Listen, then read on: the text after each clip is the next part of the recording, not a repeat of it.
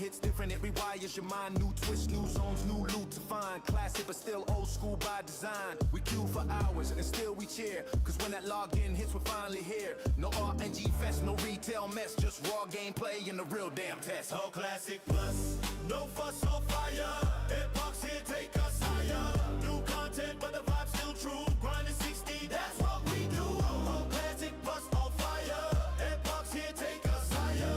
New content but the vibe's still true. Grinding 60, that's what we do. Rework classes, new dungeons drop, old rage reach you, no easy top is classic. But on beast mode bro, every pull might be your last go. We raid like legends, we PvP mad, world buffs pop and the guild goes bad. One zone at a time, we take back the land. Classic built by devs who understand. No LFG, no pay to win, just your skill and your grind within. If you want real, then step in fast. Epoch's the future and the past. LFG, no pay to win, just your skill and your grind within. If you want real, then step in fast. Epoch's the future and the past. All classic plus on fire. Epoch's here, take us higher. New content, but the vibe's still true. Grind to 60, that's what we do.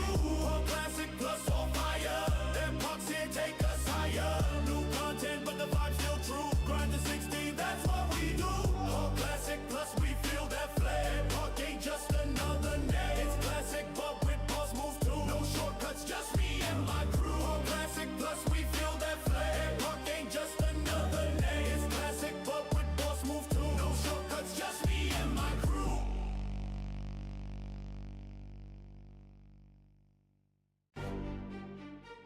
This isn't just classic. This is classic evolved, reforged, remixed. This is Project Epoch. They call it classic. We call it home. We came for nostalgia, stayed for the grind, but Epoch hits different, it rewires your mind. New twists, new zones, new loot to find. Classic but still old school by design. We queue for hours and still we cheer, cause when that login hits we're finally here. No RNG fest, no retail mess, just raw gameplay and the real damn test. All classic plus, no fuss or fire. Epoch's here, take us higher. New content but the vibe's still true. Grinding 60, that's what we do. All classic plus on fire.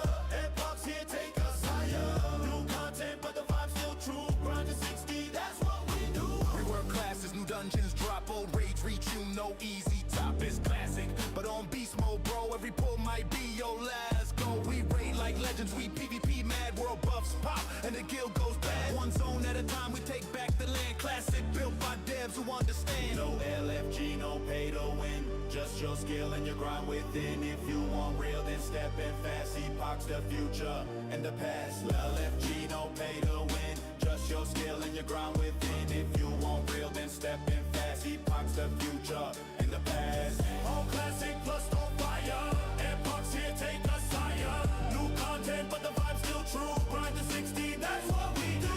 All classic plus on fire. Epoch's here, take us higher. New content, but the vibe's still true. Grind to 60, that's what we do. All classic plus we feel that flare. Epoch ain't just another name. It's classic, but with boss moves too. No shortcuts, just me and my crew. All classic plus we feel that flare. Epoch ain't just another name. It's classic, but with boss moves too. No shortcuts, just me and my crew.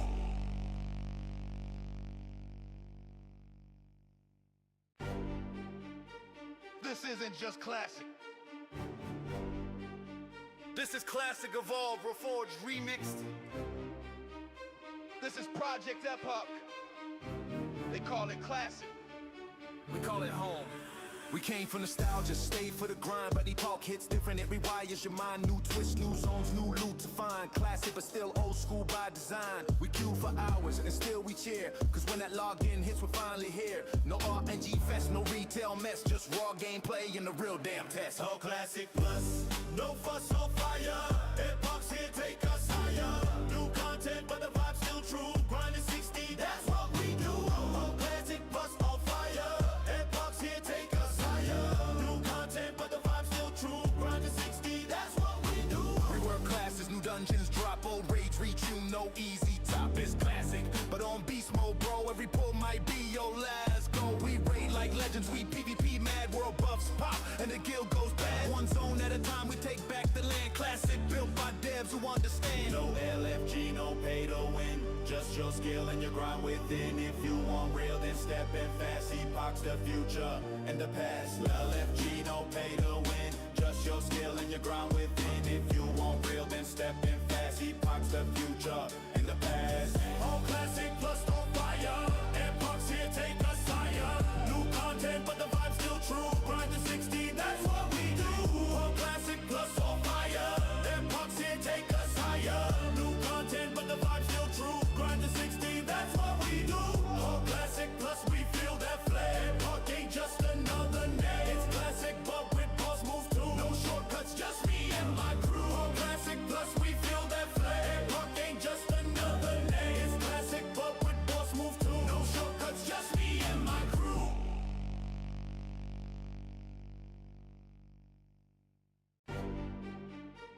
This isn't just classic. This is classic evolved, reforged, remixed. This is Project Epoch. They call it classic. We call it home. We came from nostalgia, stayed for the grind, but Epoch hits different, it rewires your mind. New twists, new zones, new loot to find. Classic but still old school by design. We queue for hours and still we cheer, cause when that login hits we're finally here. No RNG fest, no retail mess, just raw gameplay and the real damn test. All classic plus, no fuss on fire. Epoch's here, take us higher. New content, but the vibe's still true. Grind to 60, that's what we do. All classic plus on fire. Epoch's here, take us higher. New content, but the vibe's still true. Grind to 60, that's what we do. Rework classes, new dungeons drop, old rage reach you, no easy top is classic. But on beast mode, bro, every pull might be your last go. We raid like legends, we PvP mad, world buffs pop, and the guild goes bad. One zone at a time, we take back the land. Classic, built by devs who understand. No LFG, no pay to win. Just your skill and your grind within. If you want real, then step in fast. Epoch's the future and the past. LFG, no pay to win. Just your skill and your grind within. If you want real, then step in fast. Epoch's the future and the past. All classic plus on fire. Epoch's here, take us higher. New content, but the vibe's still true. Grind to 60, that's what we do. All classic plus on fire. Epoch's here, take us higher. New content, but the vibe's still true. Grind to 60, that's what we do. All classic plus we feel that flair. Epoch ain't just another name. It's classic, but with boss moves too. No shortcuts, just me and my crew. All classic plus we feel that flair. Epoch ain't just another name. It's classic, but with boss moves too. No shortcuts, just me and my crew.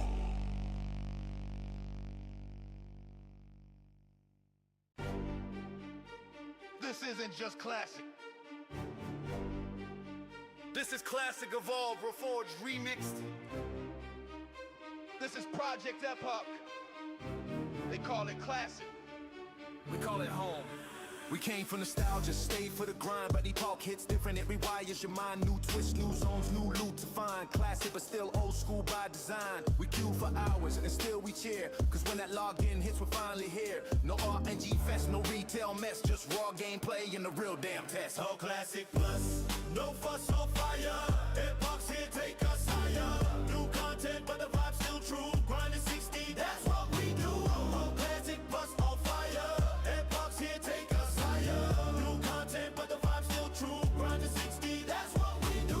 Rework classes, new dungeons drop, old rage reach you, no easy top is classic. But on beast mode, bro, every pull might be your last go. We raid like legends, we PvP mad, world buffs pop, and the guild goes bad. One zone at a time, we take back the land. Classic, built by devs who understand. No LFG, no pay to win. Just your skill and your grind within. If you want real, then step in fast. Epoch's the future and the past. LFG, no pay to win. Just your skill and your grind within. If you want real, then step in fast. Epoch's the future and the past. All classic plus on fire. Epoch's here, take us higher. New content, but the vibe's still true. Grind to 60, that's what we do.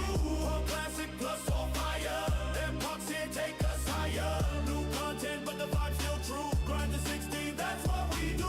All classic plus we feel that flair. Epoch ain't just another name. It's classic, but with boss moves too. No shortcuts, just me and my crew. All classic plus we feel that flair. Epoch ain't just another name. It's classic, but with boss moves too. No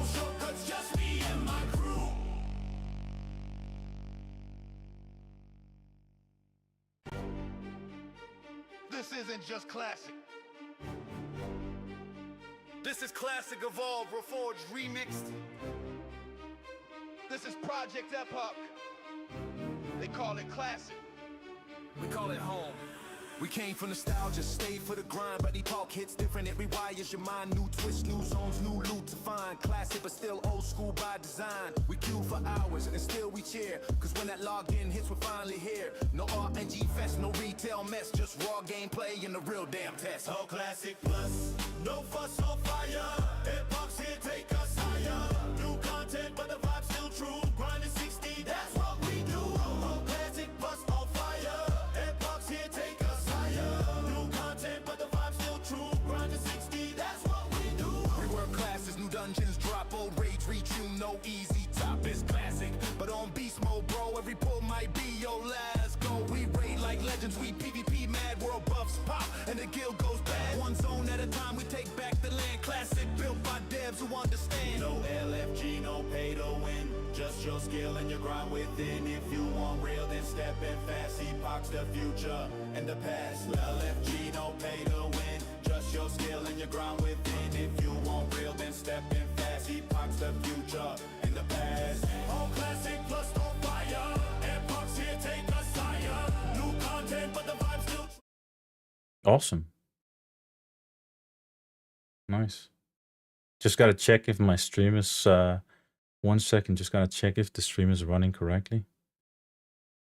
I just turned things on live. It's been a while since my last YouTube stream. Not as well versed as you are. Making sure everything's working. You've been okay. Well, you've been streaming a lot lately, right, on Kick? Are you live on Kick right now as well? Nice. And YouTube? Oh, all of them. I need to learn that. I haven't set up my Twitch yet. I haven't even set up a Kick account yet, but I was thinking many, the ones who are in the know, they say that it's good to multi-stream to several different platforms if you want to grow.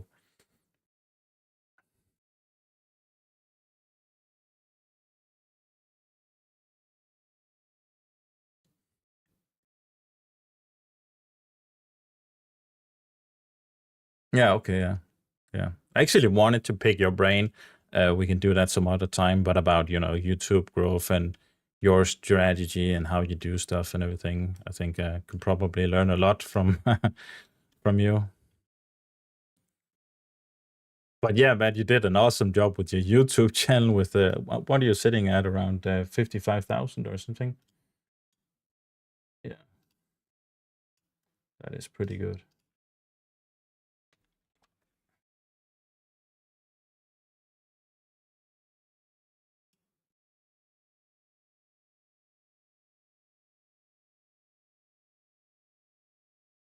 Yeah.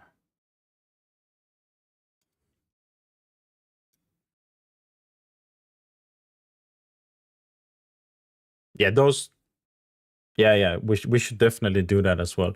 I just didn't know how much time you were willing to or ready to put into this, so I was mainly harping on the points and the overarching things that I wanted to definitely get around, and then we can dive deeper into each of those.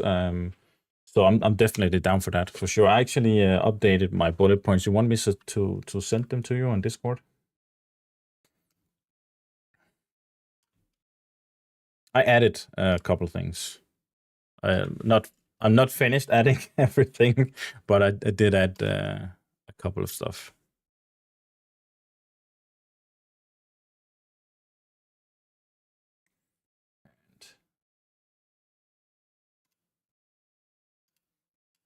So pretty much just the same first things that we talked about, and going into some more systems and stuff. But we can do whatever works for you, and whatever the conversation. Oh shit! I'm getting ganked here. 1 second.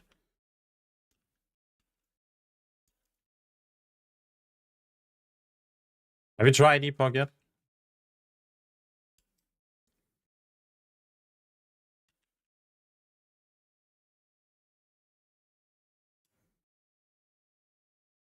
Okay, got him. Is it being weird now?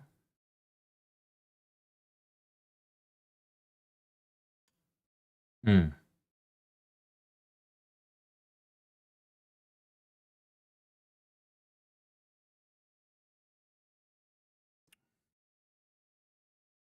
Oh, that's odd.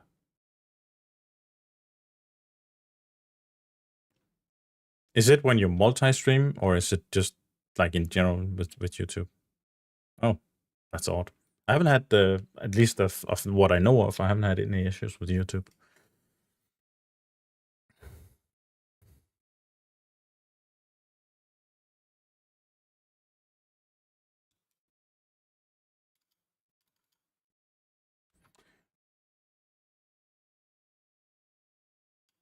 I would like to like pop you out here on Discord so that people can see, but I don't know how to do that.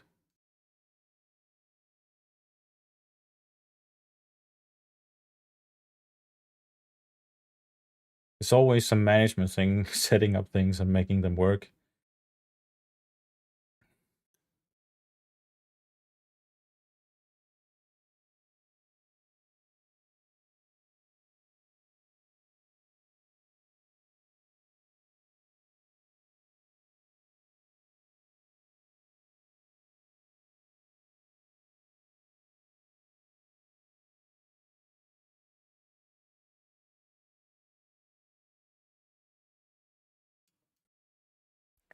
I think everything's running fine on my end now, at least. All right, shall we? Are you ready, or should we dive into it?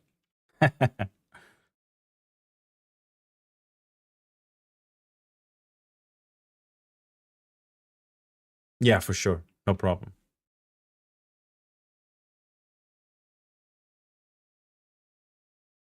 Awesome. You're playing. Are you still playing Turtle as well, and playing on your characters and? Yeah. All right, but you did get. Okay. Okay. Nice. Yeah, I haven't really. I can't really be asked to dive into TBC once again. I think I did it too much. Just when it came around with classic stuff, and also did it before that on private servers. And yeah, I like TBC changes, mostly like class changes that they did in TBC. I like those, but I don't know. It's the same. You gotta have something. I want to have something classic plus, basically, mostly.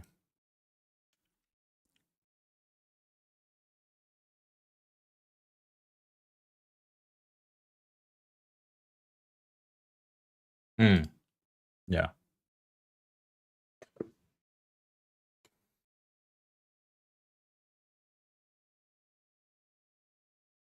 Oh, you did.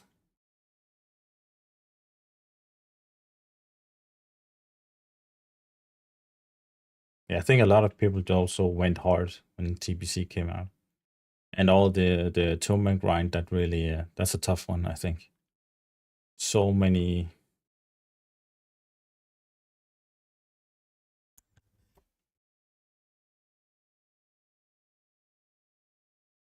Yeah. Yeah, that's kind of crazy. Yeah. Probably wasn't back in the day, but now, when things been figured out. Yeah. But just let's talk about the overarching. I had what I wrote you, my notes here, what I consider to be like the three core pillars of endgame in WoW. And tell me if you agree or disagree or want to add stuff to it. But how I see it is like there's PvE, that's the quest, your dungeons, your raids, And this is just talking about once you reach level 60 and what is there to do at this point, right? And then there's PvP, world PvP, you got your battlegrounds, you got your arena as well. And then you got the third pillar, probably a more or less overlooked one. I think the economy plays a big role in endgame in vanilla.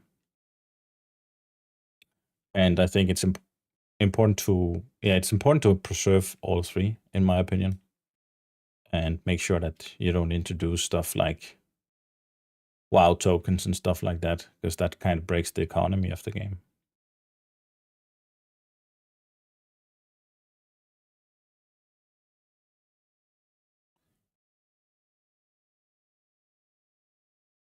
Yeah.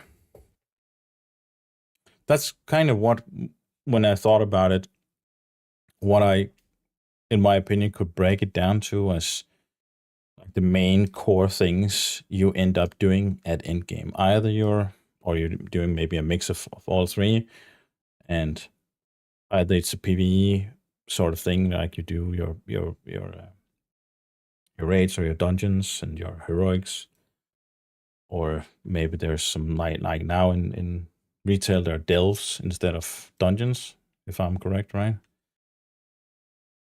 And then for PvP, you got your grind, your arena grind, you got your battlegrounds, your world PvP to do. Maybe not so much in retail. I don't know if there's much world PvP back in retail. Do you know? Have you played retail lately? You have, haven't you?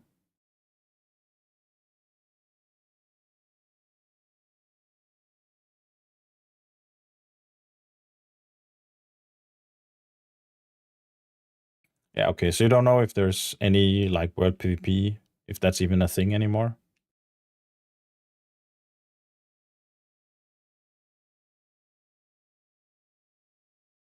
Oh.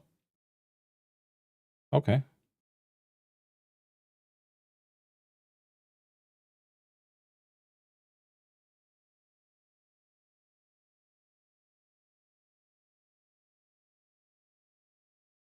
Okay. That's nice at least. Because that's something they did on Epoch as well, where you can accept a quest where you need to kill in a specific zone. You need to kill 5 alliance, and then you get some experience and bloody tokens, I think they're called, as a reward for. Okay, okay, yeah. Well, that's nice. At least that they did that on retail. I think, in my opinion, at least.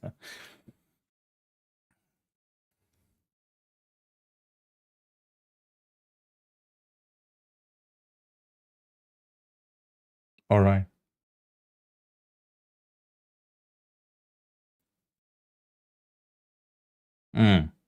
Makes sense then. Yeah.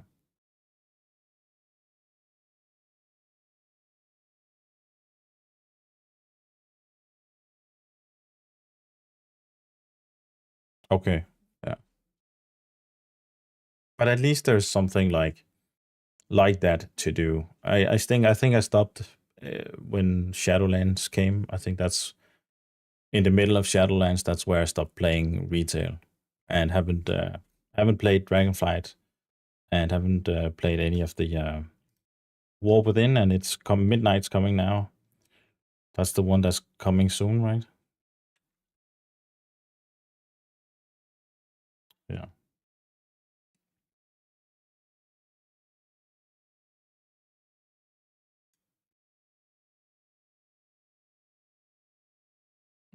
Yeah.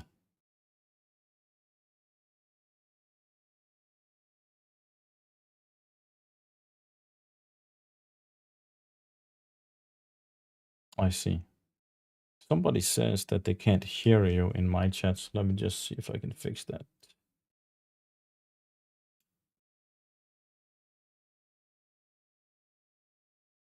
All audio should be coming through, but apparently it's not. I'm not not that well versed in OBS, but usually this works. I've had people on Discord before, but let me just check. Make sure you're not being one guide. Yeah, I'm not. I think I think it work. It should be working now. I see the bars coming up for you as well. So it should be the audio bars in OBS now. All right, yeah. Squire, can you hear Solheim now? And thanks for telling me. By the way, I wasn't aware that it wasn't working.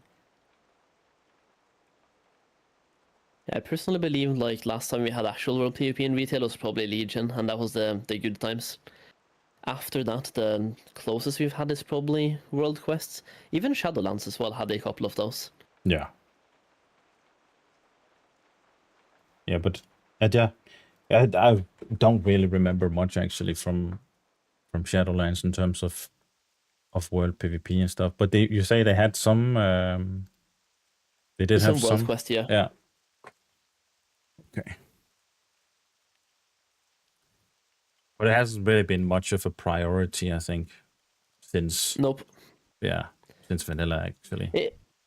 I think it's also just been a shift in player mindset, because in retail right now, when you're doing stuff in the open world, you just want to do those things you're doing in the open world. It's like if you're going out and doing dailies for reputation, you're doing the dailies for reputation. Yeah. And if you're out and leveling, you're out there to be leveling. You have a goal that you're trying to achieve, and anything else that gets put in your path of achieving that goal, you just think is annoying. So world PvP is being looked at as annoying. Yeah, that's not good. That's not optimal. So it's like, yeah, so people, I'm just speaking hyperbolically here, but I think most people in retail feel that way as well. If they want to do PvP, they will queue for it. They will do battlegrounds, they will do arenas. They will actively seek out the PvP instead of getting PvP at the wrong time, basically. Yeah. I think I'm just gonna have your stream on my stream, because then people can follow along on my stream as well with what Hell you're yeah, go for writing. it.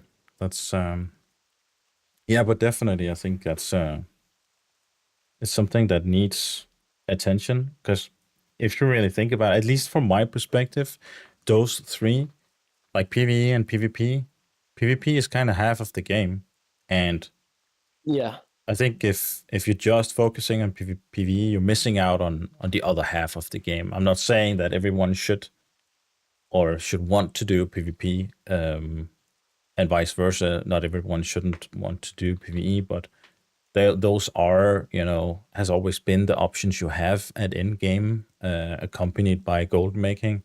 And as soon as you try to remove one of those, it kind of makes for less of experience of end game, in my opinion. And as soon as you remove world PvP, that's part of end game. Remove the relevancy of gold making and trading in the game. That's another big part of the game. I want to pick your brain on this one, because you obviously like PvP more than I do. And I also believe that world PvP should be part of the game, especially on PvP servers. But if you look at Ironforge.pro right now, we can see how players respond to world PvP. And we can actively see that right now on like actually Ironforge.pro, going to Anniversary or Mist of Pandaria or Classic Era. Anniversary, actually they have started enforcing now that you can't have imbalanced servers, but in Mist of Pandaria, these servers back in TBC, like before TBC, Firemon and Gehennas for example, they were close to 50-50. Yeah. Alliance and Horde back in vanilla. Now they are 99.5% one-sided. So if people think that world PvP should be part of the game, why are they actively eliminating it themselves? Yeah, I think people and players are like water. They flow where it's easiest. And I think that it is a developer job to make sure that people don't destroy the game for themselves.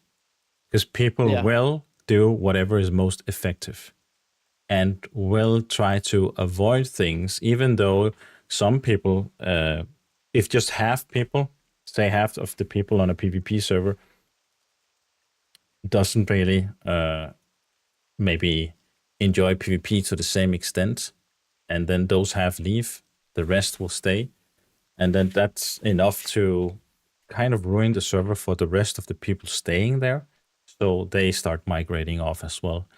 I don't think, maybe I could be wrong about this, but I don't think we will see that to the same extent, maybe on servers like that started out with only a PvP option and then include or then made a PvP option server available later on. Because now the people who join PvP, because I hear this a lot, people say they feel like they're forced into a specific type of server because their friends are playing there. Yeah. So I think something like that is affecting that's affecting behavior. And if people can easily avoid something to make something else easier, I think they're gonna do that.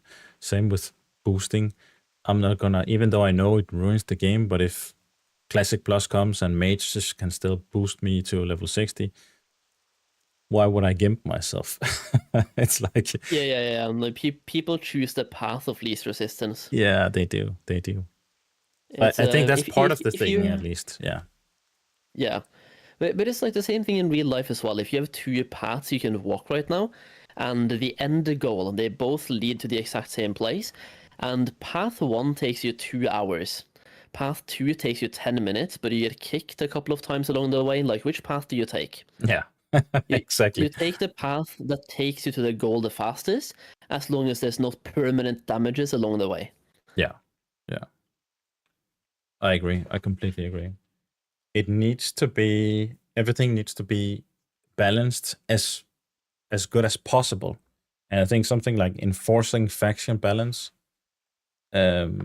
making sure that people just can't just leave a server whenever they feel like Yeah, I think it sucks, then that's gonna be a problem. it's going to be a problem, but I think it's the best way of doing it to ensure that these PvP servers actually have world PvP on them. Because right now on Anniversary, like, those servers actually have a world PvP because they're being actively enforced to be somewhat balanced. And if they took away that enforcement, I can promise you that when TBC Anniversary comes out, you will see at least 65% Horde and 35% Alliance. And then when Wrath comes out, it will just keep skewing in one direction.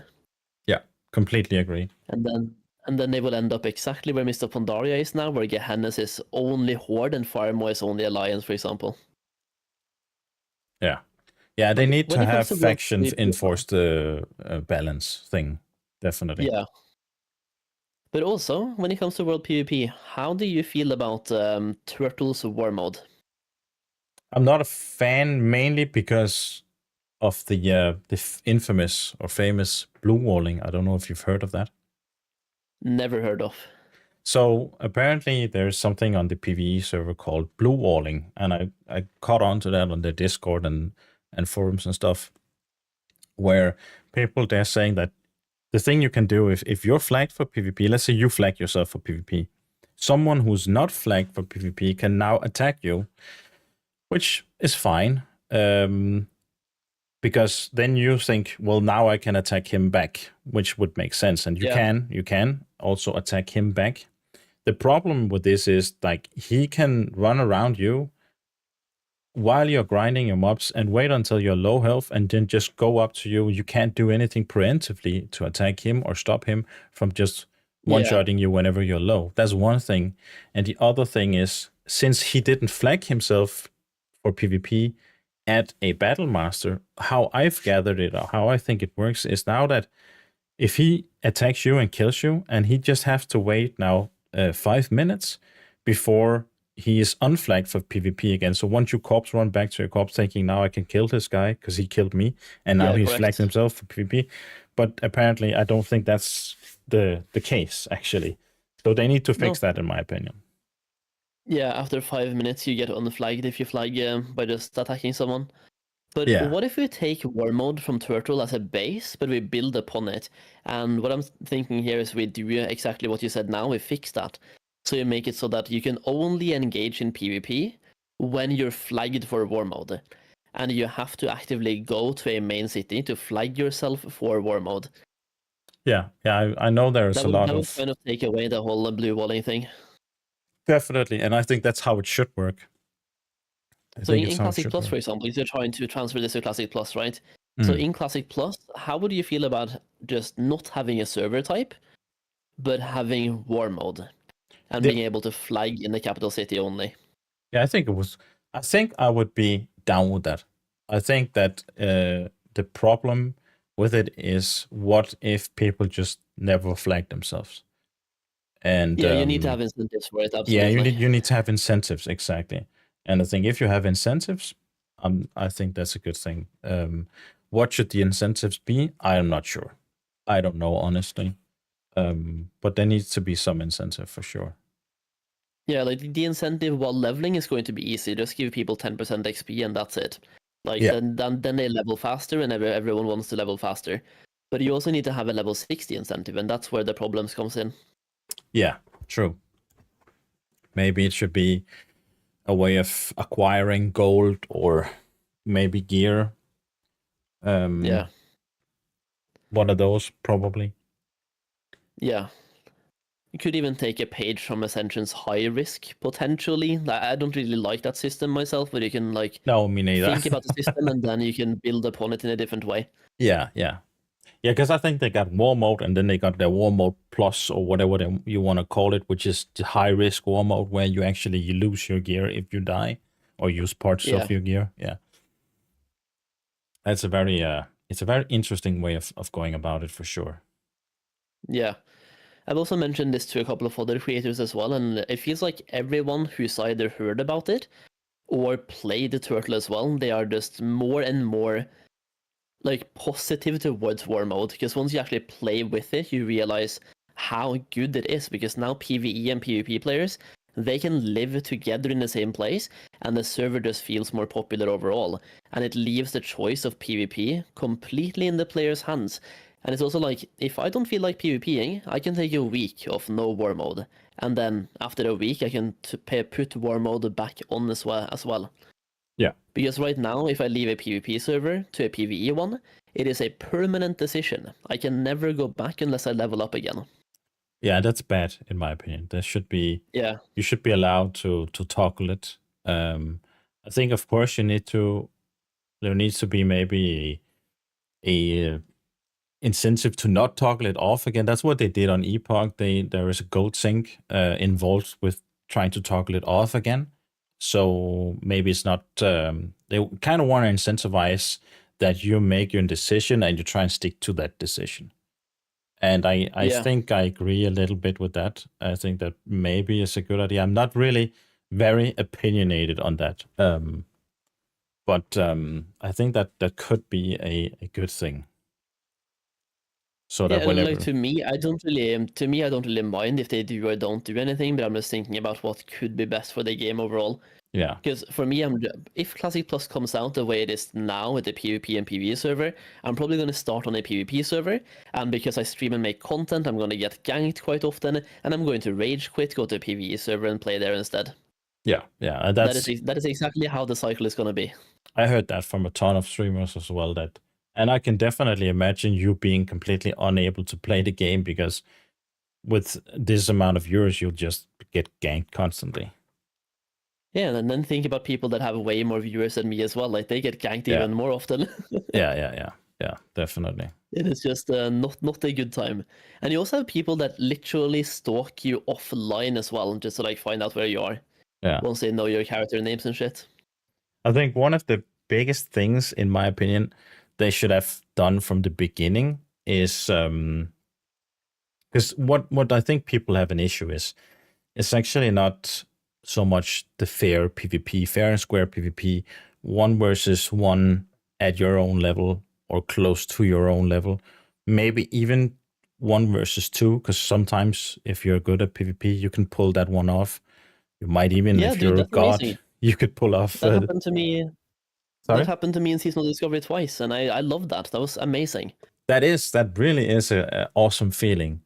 What I think people really have an issue with, that's the griefing part, where especially if you have a level 60 running around ganking people at level 30. In my opinion, nobody gains anything from that. You don't gain anything from it being the ganker and the gankee, or he who gets ganked. There's definitely not benefit from that either in any way, shape, or form. So I think Yeah. if you wanted to address that, there should be like, you just can't attack somebody who is like within a 10 level range. You need to be within a 10 level range to attack somebody. Maybe even a 5 level. So 5 levels above you, 5 levels below you. Something like that could address the griefing in the game. Yeah, I feel like for me, in Season of Discovery, I was level 25 on the mage, and I happened to be jumped by 2 other level 25s, and I was able to 1 versus 2 both of them. And that felt great. So like 1v2 is cool, and 1v1 is cool. But when you're level 24, questing in Duskwood, or let's just say 29 going to Strangleton Vale, and the level 60 undead rogue ganks your ass and literally corpse camps you, that is so trash gameplay. Absolutely. And it's also just nobody like, it likes reminds that. me, yeah, nobody likes that except the undead rogue, who's just a person who has absolutely no life. Yeah.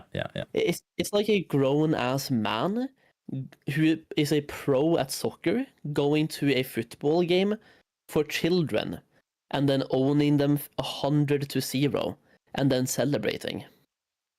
True. It's I just think it's cringe. there's not enough challenge in that, and it's like nobody gains anything from that, honestly. I saw somebody in your chat say that he thought that war mode kind of destroyed world PvP. But I think the only real issue is that you just need incentive to turn it on, and it needs to be a good incentive. I saw that comment as well, and it was that war mode killed the retail PvP, but I would say that retail PvP killed itself, and also war mode in retail was implemented the wrong way. It's like calling garrisons player housing, which it wasn't. And war mode in retail was not the war mode that we're talking about here. Absolutely. War mode here would give you incentives to turn it on, and you would have like plus 10% experience while leveling. It's in classic WoW, so no flying mounts here. That alone is a huge thing. Like world PvP in retail has always been on a downward trend. It's died ever since vanilla WoW. When you had flying mounts, even faster flying mounts, you had faster like characters. Everyone has a movement speed to get out of combat. Everyone can vanish, stealth, sprint. Some people just vanish and then mount up and fly away. Yeah, that part is sharding, you name it. Yeah, I've hampered that part into oblivion with what I think ruined some of the mechanics, or the world PvP mechanics of the game. Is definitely one of them is flying. And I also dislike PvP specific stats, not because of the stats themselves and how they interact with the damage in the game, which is fine, but because of the separation in the game, separating PvE from PvP is it sucks. Even as a PvPer myself, I think it kind of ruins the other half of the game, in my opinion. Yeah, I think that's really refreshing to hear from a PvP player's perspective. Because I'm obviously somebody who doesn't PvP that much, but you seem to PvP almost all the time. Yeah, that's... Whenever I'm popping by your stream, for example, you're in Strangleton Vale and just PvPing left, right, and center. yeah, that's the part of the game I enjoy the most. But one example I can, and it's one decision I really disagree with here on Project Epoch, because they introduced PvP specific gear, and then just hovering over my gear, and I got decreased damage taken by 2% from players. I got this on every single piece. The problem with this is now that I have my gear, all my PvP gear, and I can upgrade it from level bracket to level, so level 25, level 35, level 45, so on. You upgrade your PvP gear, and it doesn't cost as much. It's cheap. Once you buy the first piece, then the upgrades are cheaper. And the problem with this is now there's no incentive for me to do dungeons. I want to do dungeons, but why should I? The gear I can get will only be worse for PvP. There's no incentive to wear any of the profession gear that I've crafted, because it doesn't have this PvP specific stat, which is clearly the best for PvP, and that's the main thing I want to do in World of Warcraft. So I'm kind of bored already with Project Epoch, because I feel like there's nothing to do. And I feel that way because I got all my gear. The checklist is done, and I have no variety in the gear that I can choose. I can't choose interesting trinkets or this interesting bow that has some sort of proc on it, or this gear, I want this item from a dungeon, but there's none of that anymore because I just did PvP and now I got all my gear and I'm bored. And I didn't explore anything because why would I? Even if I get a good piece of item in a dungeon, it's irrelevant because this is the PvP gear. I want my complete PvP set because it's just so much better. Oh yeah, dude, I just got a really good idea from chat here that could also fix the whole ganking problem instead of taking ganking away, which would allow gankers to keep ganking, but also maybe be a solution.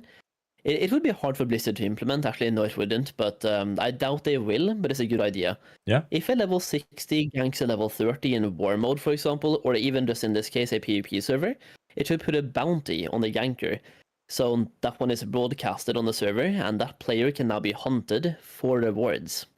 Oh, yeah. I think, isn't that what they're going with in Ashes of Creation? I think that might be. I haven't played since Alpha 1, so I don't really know. But I think, now that you mention it, it does ring a bell, yeah. Yeah, I think Sharif, you talked about that at some point of having like a bounty system where you would, in that way, punish players who griefed lobbies. I don't know if that's gonna work, but yeah, it could be a solution. Yeah, because I believe Arcade has a system kind of like that, and he played Arcade, right, and he started Ashes because Arcade was pay to win. So maybe pulling some inspiration from that one. And Drace on your chat says there is actually a system like that on TWoW already. And I remember there's a board in the major cities you can click on, and then you're charged with ganking a specific person in a specific area, finding him and ganking him, because I think that's how it works, right? Do you know of this system? Yeah. Yeah. No, I don't know about the system. Okay. Well, I think that's how it works on TurtleWow. There is a system like a bounty board where I think that's what he's referring to, where whenever a person has ganked someone, say in what's it called, the Red Ridge, you'll see his name, and there'll be a bounty on the board, and you can accept that quest, and then you're charged with going and killing him. Yeah. That actually sounds really cool. I'm not gonna lie, that sounds really cool. Yeah, it is. I would love to have that in Classic Plus. But I just don't think that it is. I think it's a good system. I'm not sure if it's enough to de-incentivize a griefer who really wants to grief lobbies. If it's enough. Yeah, no. It's not enough to disincentivize him, but it would incentivize other people to help out the lobbies in this case. Yeah, and then kill the ganker. Yeah. Yeah, making the rest of the faction work as the police force of the area. Yeah, exactly. Yeah, that makes sense. That actually sounds really cool to me. It sounds really MMORPG style. But I think they could still do something with, like, you can't keep ganking over and over the same person who is like 30 levels lower than you. Something like that is just completely. I think the ganking low levels is kind of cringe. Absolutely. Corpse camping, someone like that, is super cringe. And I think they should do something like that. That you just should not be able, in my opinion, to engage anyone who is that low level compared to yourself. In my opinion, I think maybe I'd put the cap at 10 levels below yourself. I agree. It's an unpopular opinion, but I'm glad we both have it. I think we actually, maybe this is going to be an echo chamber, but I think we actually share a lot of opinions on a lot of stuff here. But yeah, I'm quite happy with the PvP part. Unless you have something you want to add on PvP. No, let's move on. Absolutely. We have PvE and economy. I don't know if we haven't really touched too much on those two things. Well, I just wanted to outline, with the things I mentioned on the core pillars of the end game. I just wanted to make it let's say a frame around how WoW is built, and talk about other points, but from that frame. So moving into how, Classic Plus should do, maybe like an overall, making sure that all three of these pillars are being taken care of, or acknowledged as worthy things that shouldn't be undercut in any way. So that's why I wanted to say overall, there should be great raids, there should be quests, there should be interesting dungeons. All of those needed to be expanded on, while still making sure that World PvP, Battlegrounds, Arena is the other half of the game, should also still be expanded upon, and not undercutting something like the economy in terms of like pay to win gold tokens and stuff like that. Yeah.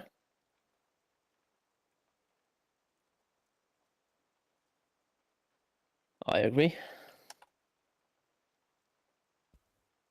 I actually wanted to, pick your brain about it. What do you think about? We could actually just talk a little bit about dungeons, raids, and quests, and how it all works. Is there anything you would like to, improve in that regard with the Classic Plus? Can you say that again? Yeah, sure. It's just if there's anything you would like to say in PvE wise, would like to improve in Classic Plus. In terms of PvE quests, wise. yeah, in terms of quests, dungeons, and raids and stuff. Yes. Yeah. Yeah. Okay. Number 1, add more quests. Oh yeah, for Talking sure. about quests first, we need way more quests. Like even for Alliance right now, when you follow certain leveling guides like Rested XP, Cygor, and Joannas, they all at level 44 tell you to grind to level 47.5. It's like 3.5 levels where all you do is grinding. And the Yeah. reason why is that it's either not enough quests in the game, or they are too far off spread apart, to the point where it's simply not worth your time to even try to do them. So in order to actually level efficiently on the Alliance side and also do questing and dungeons all the way, if you're doing every single dungeon once, you simply have to just log out and wait for rested XP. Otherwise, it's simply just go out and grind at some point.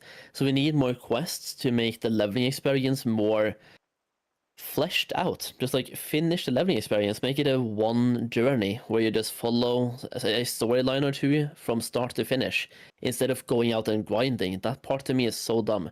And Yeah. also giving us options. The more quests we have and the more questing hubs we have, the more options we have. Because right now in Classic, you don't really have many options. The only option you have is which race you start as, and that lets you choose your starting zone. At level 10, you pretty much have the same leveling path all the way to level 60 on both Horde and the Alliance. True. Yeah, and that's pretty much what Turtle WoW did with Yeah. the entire experience, like expanding on the dungeons, the quests, and the raids. That's for sure something I agree with that should be expanded upon. Yeah, we should have way more quests and also way more questing hubs. But I also feel like we don't need to overdo things. I mean, when it comes to questing hubs, just add it where it makes sense. Like, give Alliance the questing hub in Swamp of Sorrows, like Turtle has. I would maybe argue that the one questing hub they've added in Wetlands might be too much.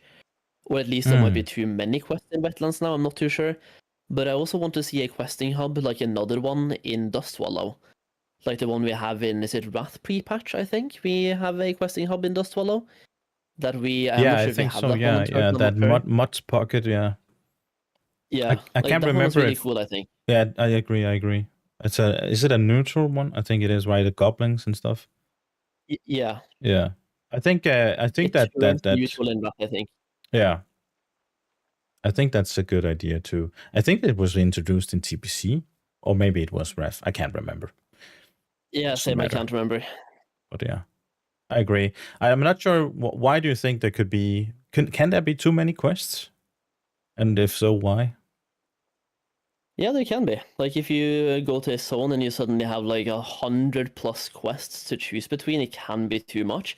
And also because in Classic WoW we only have 20 quests available in the quest log. So when you start have to thinking about You have to abandon too many quests. You have to cherry pick which ones to do and not. And in Classic Plus, for example, we are not going to have any guides from the start. Well, hopefully, or most likely. So in that case, you're there like, which quests do I do? Which ones do I not do? Which ones are valuable? Which ones actually make me level fast? It becomes a like headache to try to sort through them if you have too many of them. That's true. But I think it's also because we may be coming from a mentality of accepting every single quest in a area and then going out and completing all of those quests. But if from the get-go, let's say vanilla from the beginning had more than enough quests, more quests than you can ever do, maybe you'd be a little bit more selective with your quests. That could be a way of solving it, or a retail system where you have a main quest experience and then you have a side quest experience. That could also be a way of telling a story, but also letting you deviate from that if you wanted to. I don't know what you think about that. Yeah, no, I agree. It doesn't need to be a bad idea. But I feel like there's a difference between adding, let's say, 2,000 new quests and 10,000 new quests. Yeah. So that there can be too many, but we definitely need more. The more we have, the more options we have. Yeah. And I personally feel like the way Turtle has done it pretty much makes sense, because that way you do have some options, but not too many options. True. But what if Turtle WoW added a bunch of new out? Like, they did already add Baylor, and like which is a whole new island with low-level quests and stuff.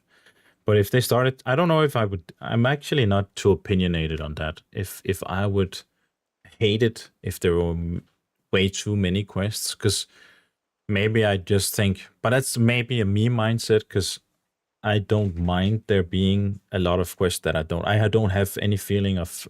I'm not a completionist in that way. I don't really care if there's a ton of quests that I'm not seeing or missing out on. But I can see, like, if you're a completionist, I can definitely see it being something that could be, I don't know, maybe annoying for you to feel like you're missing out on a ton of quests that you should be doing because there are just so many. Yeah.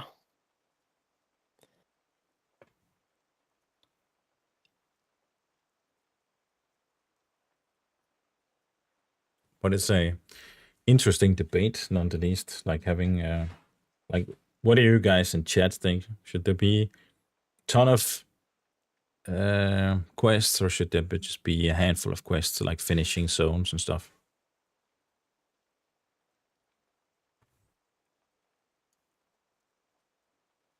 If we can get anyone to answer that. I'm really not that opinionated on that, to be honest. No. I feel like the way Turtle is on it makes a lot of sense, and just adding more quests, adding more questing hubs, and new zones. I feel like as well, when it comes to new zones, we shouldn't really have more zones than the ones that Turtle has added, probably. Maybe a couple in Kalimdor, actually, because they don't really have that many more zones in Kalimdor compared to Eastern Kingdoms. That's true, yeah. Eastern Kingdoms has gotten, like, what, 6 or 7 new zones, and Kalimdor has gotten 1? Yeah. Or two, I guess, technically, yeah. Yeah, and Turtle WoW, people were complaining a lot about, people feeling that the Alliance are being favored a little bit when it comes to especially new zones. But yeah, and then there's the whole Paladin versus Shaman debate, which is better, which is stronger. And I think one solution to that is also just doing what they did in Project Epoch, allow both 100%, yeah, on each side, because it's never gonna be completely balanced. And I know lore-wise, some people disagree with that, but I think this is an instance of you having to bend the lore a little bit to make room for better balance. Yeah.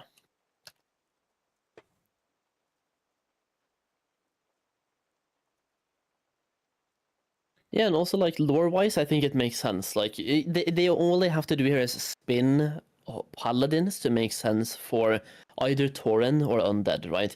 And to me, I feel like undead paladins do make sense. You just have to like make a lore motivated quest for them to go through. So yeah, give them a class quest that takes them through some holy path and teaches them to use the holy light to their advantage in some way, shape, or form. Yeah. And that way you get undead paladins to actually make sense lore-wise. And for dwarf shamans, we literally have on the artwork of Vanilla WoW back in 2004, and the promotional tool is a dwarf riding a griffin with a storm hammer. That is true. What kind of dwarves uses a storm hammer with like a lightning bolt effect on it? Yeah, they did that in Warcraft 3. Those Yeah. yeah. I think it's inspired from Warcraft 3 with the Griffin Riders or the I think exactly. Griffin Riders, yeah. But Like, that is shamans very are already in shamanistic. WoW. Yeah, that is Yeah, it very is. shamanistic. I do agree with you. And also like lore-wise being connected to the earth, which is a very much a shaman trait, it really makes sense that dwarves would be shamans. And where I make undead paladins make sense, in my opinion, because if I have to choose a race to be paladin on the horde side, I definitely also choose undead. And in the way that you'd have these undead, or you'd had these paladins in the Third War in Warcraft 3 that died all because of Arthas, mainly because of the Scourge in general, and in general just died during combat. You know, those resurrected dead paladins, I could make an argument for them being able to again wield the light as they did in life, even though exactly, yeah, even though it might burn them, right? yeah, kind of like how it worked in TPC with the Blood Elves. They're forcing the light, bending the light to their will, and then in turn it's draining their own health. With the seal of blood, right? That's how it works, I think. And that's the lore behind it. They're bending the light, even though it doesn't listen to them. They'll force it to listen. I don't know if that's the solution for the undeads, but something like in that vein, it could be done. Bending the lore just a slight bit to make room for balanced game mechanics like that, I think is a necessity in some sense. Yeah. Yeah, like the undeads used to be humans, so just humans used to be paladins. Why shouldn't they be able to do it now just because they're dead? Yeah.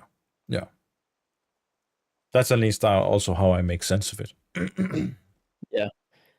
And people say that they are being hurt by the light, but if undeads can be priests, I mean, priests use the light. Yeah, exactly. I made that exact same point in yeah. I made that exact point in one of my streams. I think that if undead priests can wield the white light, then why shouldn't undead paladins be able to as well? Yeah. But I think lore-wise, people, they will argue that undead priests are all only shadow priests. And I get that lore-wise, they probably would be, but you have to make room for game mechanics. What? Yeah. In the game, on the other hand. In the lore, they would be, in the history of the game, they would only be shadow priests. But then again, you could also say undead wouldn't belong to any faction. There'd be their own faction, and then you'd probably have their lines be the dwarves and the humans, and they'll be their own, and the gnomes, and they'll be their own faction. And then you'd have night elves who would be in a third faction, and then you have the horde comprised of the Tauren, trolls, and orcs be on their own faction. So you'd have 4 factions in that way, just like you had in Warcraft 3. But they had to, make sense of it. So the undead joined the horde, and the night elves joined the alliance, and that's how they didn't break the game up too much in too many different factions. Even though it's not lore friendly, it is something you have to kind of set aside to make room for game mechanics. Yeah.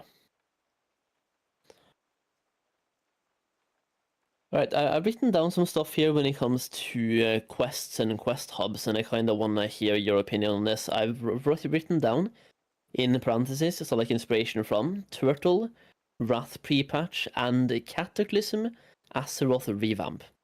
Yeah. Because when it comes to Blizzard right now making Classic Plus, people are saying they need years of development because they don't have any assets, and they don't have the ideas and stuff, and I beg to differ. all they have to do is copy and paste either other people's work or their own fucking work that they have the game files for. They can look at Turtle and see what Turtle has done right. Or they can even take inspiration from Wrath pre-patch to, for example, put in the one questing hub in Dustwallow Marsh for both Horde and Alliance. Or they can even look at some of the reshaping of the world they did back in Cataclysm, which, granted, they should not import all of that because that fucking destroyed the world. But some of the questing spots are actually kind of cool. Like, for example, the new quest we have in Strangleton Vale, and also the improved amount of flight paths that we have in Cataclysm. Yeah, I completely agree with you. At so least like the last 2 here, they already have the files for as well. They just have to actually copy and paste. Yeah, definitely. At least the Wrath of the Lich King pre-patch stuff, because that's the least controversial, I think. That's an easy win. The Kappa one is controversial as fuck. Yeah, it can be at least for some people. I actually don't mind the revamping of the world. It wasn't, to me, that wasn't the biggest issues with Kata. There were a bunch of other things, but But I do agree with you. Like the least invasive or the least controversial, definitely be the Wrath Lich King, because that's pretty much just add-ons to what vanilla already was. Yeah. And talking about Kata or Wrath Lich King, like we talked about before, stuff like Mods Pocket and other quests that make sure that the game flows a little bit easier, and then expand from that point. I do agree. And then for new zones, we have Hyjal, Northwind, Lapidus Isle, obviously from the Turtle server, but I've also written down Uldum. Yeah, that is a zone that I personally really like, and it's always been there in Classic WoW as well. It's just like, it's never been in the same place that we have it in Cataclysm. Going to the map right now, like Uldum would be between Ngoro and Silithus somehow. But in Tanaris, all the way down south, we have a gate to something called Uldum. Yeah. So that could either be a dungeon, or a raid, or a literal fucking zone they could just smack on at the end of, like, down south in Kalimdor. Because, like, what I talked about previously here is that in Turtle, Eastern Kingdom has gotten a lot of love. They have the Grim Reach, they have Northwind, they have the two isles, Gillidim and Lapidus, they now have Baelor. They've gotten a shit ton of love, but Kalimdor, on the other hand, they really haven't. No, not on Turtle WoW. That's true. No. Definitely. I feel like in Classic Plus, we definitely need to fix that somehow. Yeah, it needs to be equally expanded to both continents. Yeah. I wouldn't even be opposed to having Northrend at some point as a part of the Classic Plus experience, because that was part of Warcraft 3, so it wouldn't make sense that it would also be part of Classic Plus. Maybe even to an extent Outland, because that was also part of Warcraft 3. So expanding on that part, I think they already had some parts of that under development in the early alpha of Vanilla. They had the Dark Portal and Outland under some development already back then. So I definitely want to see that expanded upon for sure in a unique way. Now, I have an idea for Uldum that would be very new in terms of, like, Classic WoW, and it could be a hit or a miss, but I really just want to get some input both from you and from chat on this one. I would love Uldum to be a zone, and I would love that zone to be south of Tanaris through the gates, where you see the gates of Uldum on the map right now in Tanaris. I would love it to be a zone, but the zone itself should also have a raid that is, like, based on Uldum. So, like, the Giants of Uldum or the Dangers of Uldum, I don't know, like a Uldum raid in the Uldum zone. And the thing is, this will be a level 50 zone. You can go here at level 50, but you have to unlock the zone. You have to go through an actual quest chain to open up the gates to be able to go through Uldum. Yeah, much like Anchorai thing, right? Yeah, and that is just to get to the zone, right? To open the gates to go to the zone. And the thing is, that quest is already in the game. I don't know if Horde has that quest, and if they don't, Blizzard just have to make that somehow. But on the Alliance side, if you do all of Uldaman, and at the end you get, like, a quest to go to Uldum, like a Potence of Uldum quest, that you go to the gate and talk to, like, some dude in the gate. Yeah. You literally go in the middle of, like, level 50 elite giants, just to finish off that quest. And it always seems like that's supposed to do something. Yeah. Because it takes you to Uldaman, takes you to Ironforge, you talk to the king, you talk to a bunch of important people, and then you are sent from Ironforge to Tanaris and talk to some sort of like disc or something in between the giants. Yeah. It always looks like it's supposed to be an important quest, but it's not an important quest, it's just like there. I think those discs, Argonon, are... I can't remember what they're called. The Argonon. I want to say Argonon discs or something. That's a recording of all history on Azeroth. That's the lore behind it. Yeah. But yeah, it's a quest chain that just drops off completely and doesn't really go anywhere from that point. And they should definitely expand on that. I really like your idea. You're finishing that entire quest chain, and that opens up for you to explore a completely new zone or something. Yeah, like you would actually have to go through a quest chain to open up a zone. We've never seen that before, I think. We've seen it to open a raid, and we saw it for a cube at the gates. Yeah. But to open a zone, I don't really know if we've seen that before. No, I don't think so. But you'd probably have to involve like everyone on the server, maybe. I don't know. No, I feel like you should just personally be able to open the gate, like for you only. Yeah, maybe. Yeah, maybe you're right. It's Because definitely that way it allows for people. Yeah, sorry. Yeah, it also allows for people to level in a different way. Like you can, for example, if you're a speed leveler, you can include a Uldaman run in your speed leveling, and then open this gate at level 50. And by being the only person there, you're gonna have like no competition until other people also open that gate. It's a very interesting concept. Yeah. Absolutely. It could be a hit or a miss, but I feel like it could be really cool. Yeah. Yeah, definitely. And it's just something different, which I like. Yeah. It's like doing like all the same stuff. Like I remember fondly back to one thing I really liked about Wrath of the Lich King. That's probably a little bit controversial, but when you did the you remember the quest chains you would do in what's it called? The undead area where Tyrion Fordring is pushing into, I can't remember what the zone is called. And once you complete what? Is it Ice Crown or something else? Yeah, I think yeah, Ice Crown. And you're pushing into the Ice Crown, and whenever you complete one part of the quest chain, then you open up for the next, and it actually phases, so the world actually changes for you when you complete this quest chain. I really thoroughly enjoyed that, but I know it had a lot of problems with people phasing in and out, and you couldn't see people in different areas. But maybe they could fix that part, because I really like something like that. You will feel like you're actually having impact on the world with your quests. Exactly.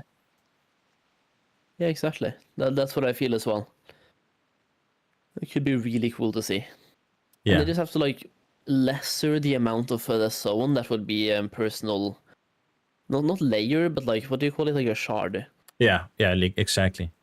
Making sure that people they can still maybe play together, quest together. At least when they join in groups, then maybe you should phase into the one who invited you, his group or his version of the world, so it's not as a distorted a world.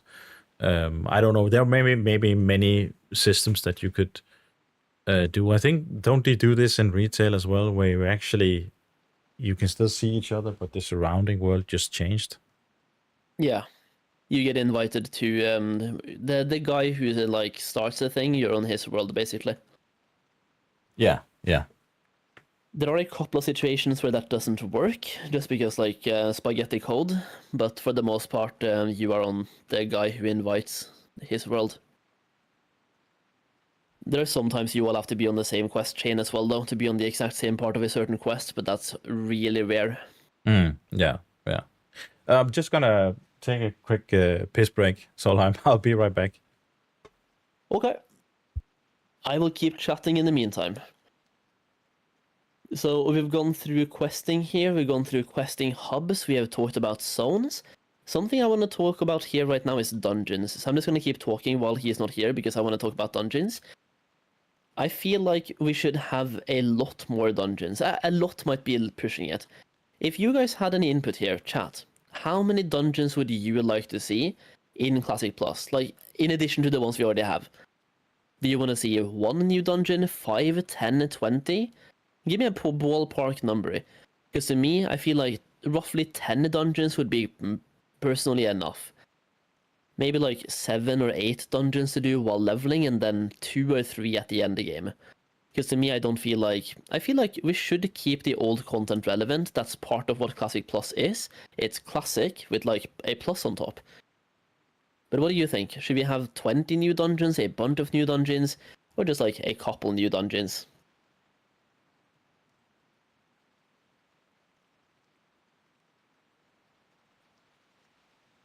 At least 10? Yeah, I feel like 10 is a good number.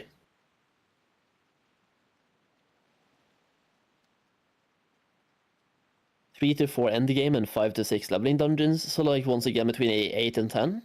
I want a good amount, I guess around 10 does sound alright. Alright, yeah, that's how I feel as well. So, Right. for example, we can have 1 new level 20 dungeon, 1 new level 30, a couple new level 40s, and a couple of 50s, and then 3 to 4 level 60 dungeons. I'm back. What were you talking about? We just started moving on to dungeons. Yeah, man. And how many new dungeons you want to see in Classic Plus, and where we want to see them. I think the number we ended up on, me and chat in this case, around 10 dungeons, between 8 and 12, I think is a good number. What do you think? Yeah, In addition to the ones we have, of course. I must say that's also one area where I'm not really that opinionated when it comes to the amount of dungeons. Okay. That would like 10, 12. That would be great for me. Yeah. I don't have an issue with getting to level 60 and not experiencing part of the game or parts of the game. So for me, I do think, yeah, maybe if you had 100 dungeons, that would be a little bit much, and it would clutter it mainly just because it would clutter the world too much, and it would be impossible to find groups because you'd have people spread too thin. At least if you're still keeping the cap on servers to like something like 10,000 or 15,000 people on a single server. But that said, yeah, I think bunch of dungeons for sure. I'd love to see that. Much like what they did in Turtle. Yeah, exactly. It's like it's classic, but with a plus. So we need to keep the classic intact. Yeah. So 10 to 12 dungeons. Let's say we get 1 or 2 new level 20 dungeons, a level 30 dungeon, a couple of level 40 dungeons, and a couple of mid 50s, early 50s, and then 3 to 4 level 60 dungeons. Yeah. Just to spice things up along the leveling process, and also I feel like the end game is kind of where I want to see 3 to 4 new dungeons, because I'm so tired of the same end game gearing process. Yeah, I agree. It is the same thing every single time. Like, I don't mind doing some LBRS and EUBRS, but hunting for the exact same loot, and if you're a melee, you have like 35 out of 40 people in a raid that wants the exact same items. Yeah. And when you're doing Ubers, they all need the same items as well. It's just like, bro. Yeah. I get you. It's Give me some alternative dungeons to farm, and also some alternative items. Maybe make it so rogues actually are better with daggers now instead of swords, and add a new dungeon that actually has good daggers. That way the rogues wants to farm that dagger dungeon, instead of just spamming UBRS for Fellstriker. yeah, at least having options that are equally good for something like Dagger Rogue, as you mentioned, maybe opening up for what they did on Turtle with axes for rogues as well. I don't know if that's a popular thing or if it's an unpopular thing, but just having more options, I'm all for. Yeah, like axe rogues is even from Wrath, so I feel like that one is okay. Yeah, that's true. So yeah, I just making sure that stuff like that is balanced, so that it's, or maybe it's like they did in TBC with buffs, making sure that everyone wants a Beastmaster Hunter, and everyone wants a Survival Hunter, and everyone wants every raid wants a marksmanship, so that they bring something of value to a raid or a dungeon setting, so that even if the damage is maybe slightly lower on one part, you still want it because it overall increases the dungeon or the group's output. That's a good way, I think, of making sure that every spec is desired. Yeah. Yeah, that is not a bad suggestion. I feel like Seasonal Discovery did a lot of good things in that aspect, keeping people to want certain classes. Like, Yeah. you even wanted to have a Boomkin, even if their damage sucked, just to have the debuff effect they had, and also Moonkin Aura. Yeah, that's And one no of matter what, you the also wanted to have a Hunter for the aspect of the Lion rune as well at the same time. yeah. I think maybe stuff was just a little bit too powerful when it came to the buffs. I don't know, maybe not, but I do agree with you at least having, you know, having the desire to bring different classes. I think that's important to make sure that you get a not just 40 warriors or 34 warriors or something in a raid. Yeah, and it's like it's healthy for every single aspect of the game, because if you have more Boomkins, you might also have more Restoration Druids because they have an off-spec.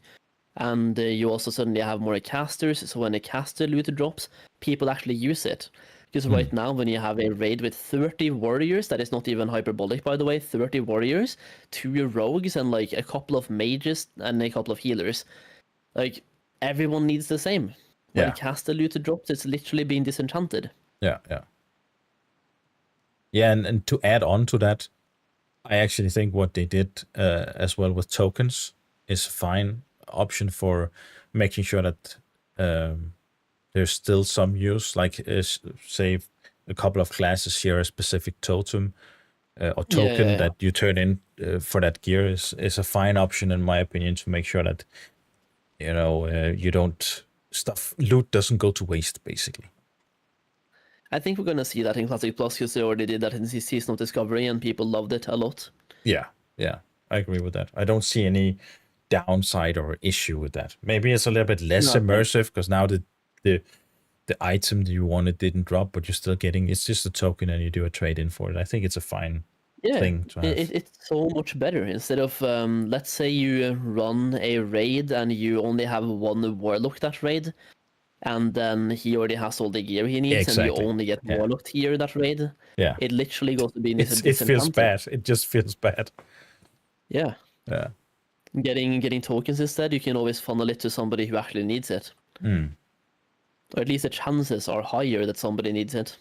Talking about raids and stuff, what do you think about raid sizes?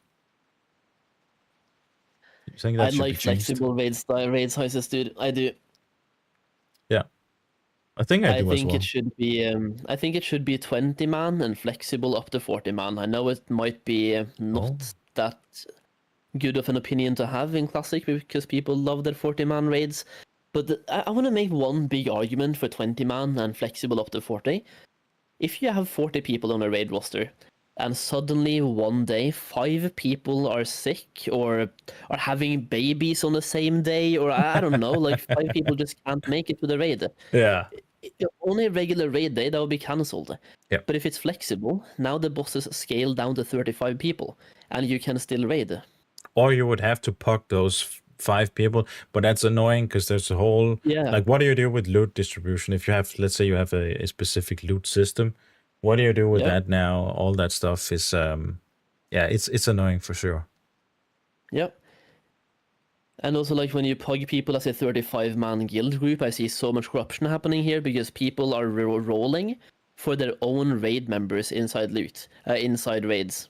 So, like, they equip themselves with worse gear at the moment of rolling in order to out-roll pugs, to funnel gear to the raid members. That's not good. Yeah, so, like, the whole filling guild raids with pugs is just a really toxic system for the most part, a lot of times. I see this way more than people think. Yeah. It is not like a hidden part of Classic WoW, it happens a lot. Yeah, that makes sense. I see that. What's your take on GDKP, actually? You know, I've always hated GDKP, but I've gotten to the point now where I'm a little bit more, I don't care. Just because my big thing against GDKP is the fact that it enforces gold buying and like makes gold buying really popular to the point where if you want to get loot, you pretty much have to buy gold. But I've seen an anniversary now that they took away GDKPs and people still buy gold. Flasks are expensive as ever, bots are still as available as ever, and the gold sellers are also still here just as much as always. Yeah, I So I completely feel agree like with you. The big so problem is sorry. taking away GDKPs didn't really do anything, I feel like. No. If anything, it just took away raiding participation. Yeah, I think again, it comes down to botting and RMT, Yeah. gold buying. That is the core issue, and GDKP abuse is just a symptom of that core issue. So you need to address the core issue at the roots and not just trying to band-aid fix the symptoms of it. And I know that's what Blizzard are mostly unwilling to do, and they want to band-aid fix everything with different other systems to try and combat it. But I think that yeah, because that's the only real issue with GDKP in my opinion. I actually like you earning your gold and then you investing that gold in getting gear. It makes really makes a lot of sense to me. But Yeah, and it's like you always get paid for how good or bad you do as well, right? Because yeah, sometimes they have an additional cut for people that perform and do top DPS and top HPS and stuff. But even if they don't, you still get paid for the time you put in. And everyone gets paid on a somewhat equal level basis, right? And you yeah. can choose to either spend the gold to get loot or simply hoard gold for later. And Meanwhile, when you raid normally, if you have a slash roll system, you can theoretically raid every single week and never get any piece of loot. exactly. And even if you have Theoretically, all that the is possible. loot, if you have all the loot from Molten Core and your tank is like, say a tank is really geared or something, and he has all the loot from Molten Core, there's still like an Yeah, incentive for him to actually join a Molten Core run now, other than yeah, gear, which would only be in later expansions or in Season of Discovery. That was going to be the tokens thing. But with GDKPs, there's another incentive, which is he being able to make gold from that. So it's not just a complete, waste of time for him. yeah, exactly. And that also gives you a loop of people that are good at content helping people that are not as good at content. Yeah. Because now the people that already have all their gear and have all their parses, instead of just either raid logging in their usual guilds where they are parsing, or simply just taking a break from the game, they are now incentivized to keep playing and help other people by, for example, getting paid through GDKPs. And making sure those old content are still forming groups for something like Molten Core, even when X is out, and making sure that way that the content stays relevant to some extent. Yeah, exactly. The thing that, like, that alone really sells me on it as well, like, just keeping content relevant. But another thing that also sells me is the fact that, like I just said, you can theoretically right now, if you join a regular raid, that is a pug raid, and they use a regular roll system without a +1 or +2, you can theoretically join those raids every single week for a whole year straight and never get loot. If you are unlucky. And that feels bad. Like, you can be the top DPS performer and never get loot for it. Yeah. Yeah, that sucks. Definitely. Yeah. Yeah. So, like, that alone is trash. And when it comes to group sizes, we didn't really touch on that much, but I actually agree with you. That's a really good solution you have with starting at 20. That's the least amount of people you have to bring to a raid. Yeah. And then being flexible up to a point. Maybe some raids where it's like Kara saying, it's 10 is the least amount, and then you can bring up to a certain amount, but it's the only problem with that is going to be balance. Is it going to be balanced completely whenever you bring another person on board? Is it going to be, how much easier is the content going to be, or how much harder is the content going to be? Going to be easier because you bring it, that extra person, or is it going to be some hard cap off points where, okay, 15 people, that makes the content completely like you just roll over everything, and at 10 people it's too hard or something. So that needs to be balanced to make sure that it's still you're not just completely washing away the difficulty. True.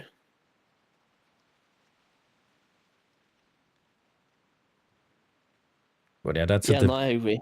that's a think, development thing. They need to be on top Yeah. of stuff like that constantly and making sure that Yeah. it stays relevant. Okay, while we're on the PvE part, I do want to talk about one more thing that doesn't really have anything to do with quest raids and dungeons, but it's more about the actual release schedule for Classic Plus. It's a whole different topic, but I do want to bring it in here as well to hear your input, but also chat's input. So I've been talking about the fact that Blizzard can release Classic Plus really fucking fast, because they've probably been developing it on the back end now for, let's say, half a year plus, and they sent out a survey half a year ago, so they've obviously been thinking about it. It doesn't really need a lot of new things. They can copy and paste a lot of things from Turtle WoW, Wrath pre-patch, Cataclysm stuff. They have a lot of ideas from Season of Discovery as well they can just put in. What if we got a version of Classic Plus where they cap the level at level 30 for, let's say, 1 month? Only 1 month, by the way. We're not going to do Season of Discovery again, where we have like Phase 1, level 25 for 3 months, and then Phase 2, level 40 for half a year. No, level 30 for 1 month, giving them time to work on level 30 to 60 content, while we play Classic Plus with a level 30 cap. What do you think about that? Like a stagnated leveling, kind of, but only a one-time stagnation for like a month. I would love that. It's something that when we saw, the streamers, SFan and all those guys playing the classic for the first time, what was it, alpha or beta? That's what they had in there. Beta. And you saw something interesting, which was they like end game changed completely, and the gear you wanted changed completely. And it's actually quite fun and interesting to see those tournaments. They did the dual tournaments as well. And they farmed different dungeons to get the gear, and I actually like it. But I do agree with it. The issue with Season of Discovery wasn't that they did stagnate it; it was the stagnations were too long, right? It took us 1.5 years to get just to max to get level. to end game. Yeah, that's crazy.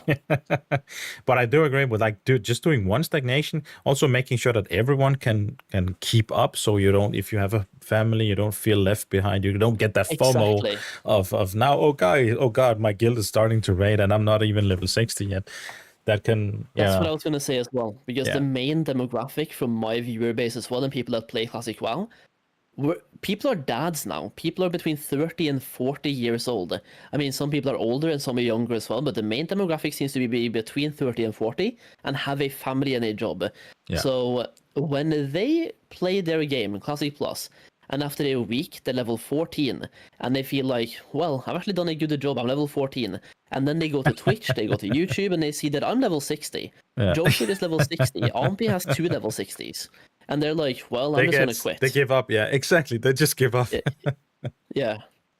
So, like, one stagnation like that allows them to keep up. And it also takes away the whole rush to end the game. It forces people that only wants to play end the game to either simply start playing later, or sit back, relax, and just take their time and enjoy the world. And nowadays, you have a lot of people who like to do ults as well.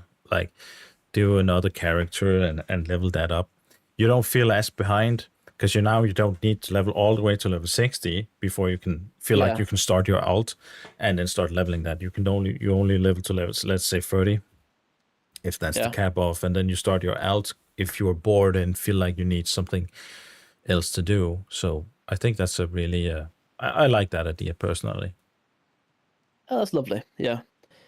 I've brought it up a couple of times, and people have a little bit of mixed feedback, but I feel like it's 80% positive and 20% negative.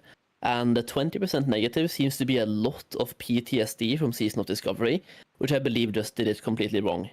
Like, they kept us farming level 25 raids, or dungeons in this case, for 2.5 months, and level 40 as well, and No More again for 3 months. Yeah. It was just way too long. It was way too dragged out. And actually, there's something I really want to add to that, because I'm not sure I actually agree with the idea that there should be a end game raid at the end of a bracket like that. Because what it did, in my opinion, it made all other gear irrelevant. Yeah. You didn't really look to your professions. You didn't really look to other dungeons. You just wanted to do that single raid. As soon as you reach level what was it, 25 or 30, whatever. And 25 and 40, yeah. yeah, and it was just like, I think just leave the game as it is. Don't do the raids, just do the dungeons and make people figure out what's the best end game gear now. 'Cause I think that's way more interesting than doing, say, okay, now you just got to do this raid and they're kind of, here's all your gear. And I also feel like they could give us level 30 as the cap for a month before increasing it to either 45 or 60, right? And For sure, give us even more than one that, new maybe. level. If Yeah, it's only give us one new level 30 dungeon and one new level 20 something dungeon. And that way people are now going to do those 2 dungeons over and over again to farm new content. While also trying to do, for example, the Stranglethorn Vale questline for Bangladesh to get the mount, the bow for hunters. For example, that bow is insane, but it can be done at level 30, I think, or 31 or 32. Yeah. But early 30s at least. Yeah.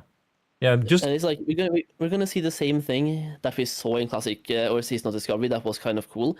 People tried to see how, like, what high level of content they could do at level 25. People are doing level 30 quests, level 35 stuff, solo farming, level 40 Exactly. elite. That's just kind of cool. As something like that was really, really interesting to see and sit there and watch, like, how people they figured out ways to get a better piece of item, and they collaborated with getting this item in a raid, trying to do a quest or help somebody out. It's something like that is really fun and interesting, and people come up with their own lists of you could say bis gear at whatever level bracket you choose, say 30 as a level bracket. I think that's definitely something they should do again. I really like that concept. But I agree with you. Just do 1 stagnation, maximum 2, and don't make them too long. Exactly. It's just to allow people to like not feel like they're left behind, and also to take away the whole rush to end the game. Because right now the whole player mentality is to level to 60 as fast as possible, but choose the path of least resistance. People are even going to skip all of the new content because they know the old content better, so they can level up faster, get to level 60, and start farming raids. That's exactly what I did on Project Epoch, and it's horrible. Yeah, there we go. And right, I got a friend, and me and him, we got into like a little bit of a competition where to see who could level fastest, and he just completely burned out, my friend, because we just did the same old boring grind shit fest again, and it is just to prove your point, it completely burns you out, because it's just but that is what people do, right? They do follow the path of least resistance, so you gotta save the players from themselves sometimes. Yeah, exactly. Not everyone is going to want this, but I think even the ones that don't want a stagnated leveling process, they also kind of want it at the same time. They just can't think that far at the moment. Because they just want to get to level 60, start doing level 60 content, but try to enjoy the journey. Instead of only thinking about the destination, enjoy the journey to the destination. And the journey is like where the fun is. Exactly. I completely That's agree. where you make friends, you get to explore the game, you connect to your character, and most of my memories in Classic WoW that I cherish are from leveling. Most of my friends that I've made are from the leveling journey as well. I've made some friends at endgame for sure, but many of the good memories are literally from leveling. Yeah, that's where you feel like you're on par with somebody, and you guys can do a couple of quests together that lead into a dungeon, that lead into the next and the next. And it's it gives more of a sense of I don't know, friendship, something like that. I think that like in Classic WoW, there's a person that I still talk to on a weekly basis, sometimes even a daily basis as well. Just a random person that I met in Classic WoW 2019, and I invited this person for one singular quest. And then I asked him after the one quest, do you want to do the next one as well? Yeah. And then we just stayed in a group for 10 hours straight. Yeah. Doing questing together. And then the next day, we started doing it again. It's so awesome. When you can make friends like that, it's I love that. Definitely. There's a friend that I've been talking to for now 6 years. That's kind of cool. Actually, also the one of the ways, not through World of Warcraft specifically, but we were playing. Do you know Heroes of New Earth? HON came before Dota. What did you call it? Heroes of New Earth. No. It's a MOBA game that came before. I think it came before Dota 2, and actually I also think it came before League of Legends after Dota 1. But the point is that I met this guy, or two of those two guys, him and his friend, through that game, and we have been talking ever since. I think it's been, I don't know, 15 years or something. So it just goes to Okay. show that, yeah, it can be done. You can make friends via games. Yeah. All right, let's move into economy, gold making, and trading. We have talked a lot about PvE and PvP for now. Yeah, definitely. Let's move on. What I wanted to say about that is it's such an integral part of vanilla, and I think that needs to stay that way. And the problem later on, especially once they introduce the WoW token, one of the biggest offenders to the economy and the end game, and the feeling of wanting to actually go out into the world and grind gold, disappeared completely with the WoW token, in my opinion. Yeah.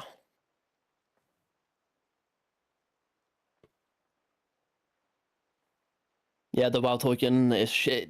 I read the survey for Classic Plus, the leaked survey, which I'm pretty sure is from Blizzard at this point, and it's been 2 or 3 months from that survey.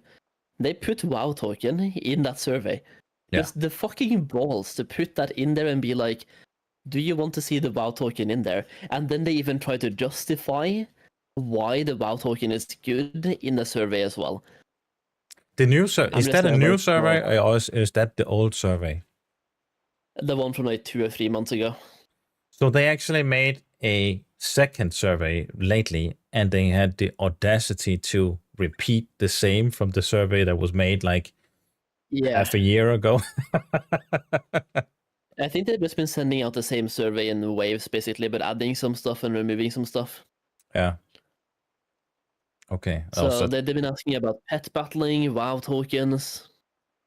Okay, yeah. So just like, pretty man. much the same that they did like half a year or so ago, where they asked people also about all these weird questions.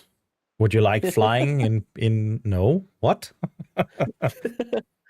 Flying and pet battles, yeah. Garrisons soon. Oh, fucking pet battles. Jesus Christ.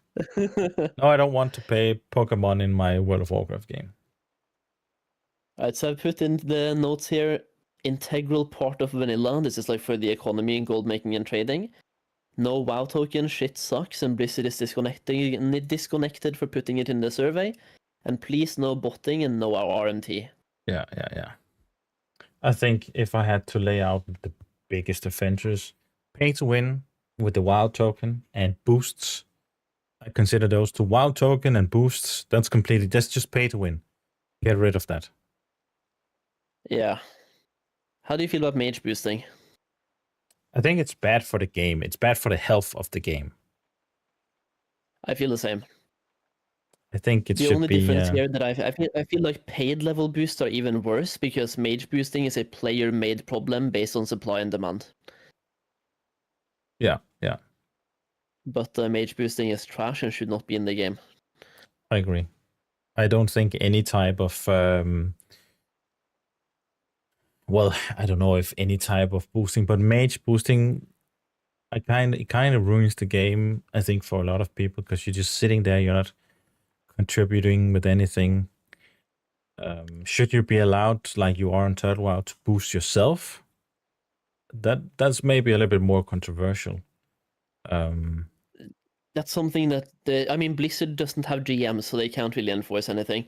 But No. what they could do is, for example, fix the blind spots or the safe spots that mages are using. That way you can't mage boost. So simply they can do the same thing as Turtle WoW has done by fixing the safe spots and fixing the mob pathing, and also to make it so if you have a high level boosting a low level, you get way less experience at least. Yeah. That makes sense. I completely agree with that. It's, just fix those. Yeah, and by doing those things, they don't have to monitor anything. Like, they still don't need the GMs, which they really don't want to have, apparently. So I think it's the best thing for them to do. Yeah, I think that they should just, but then you have to keep tabs on people because people will find other ways to, exploit the game and figure out ways to Oh yeah.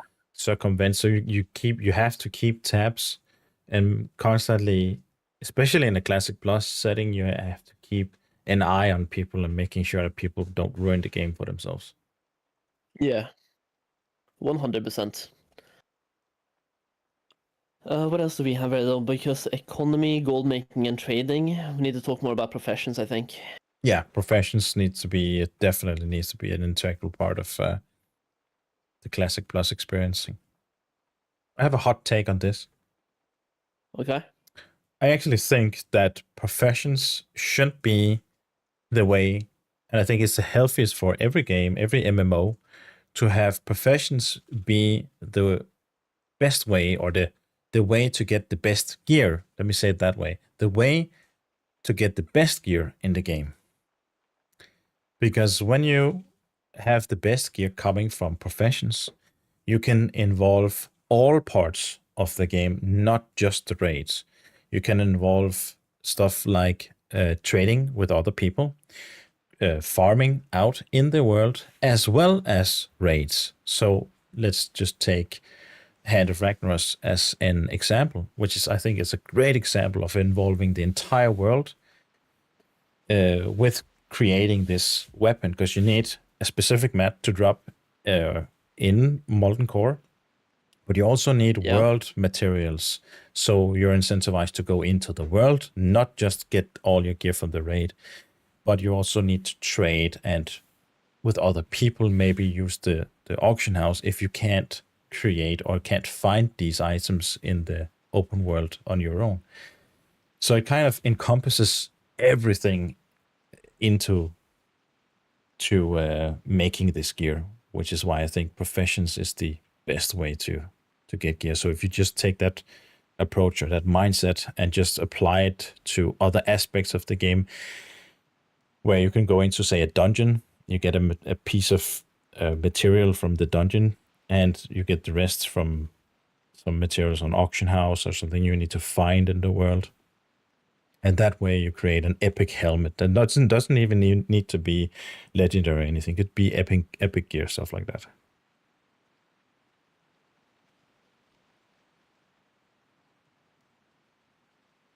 What's your take on that? I agree.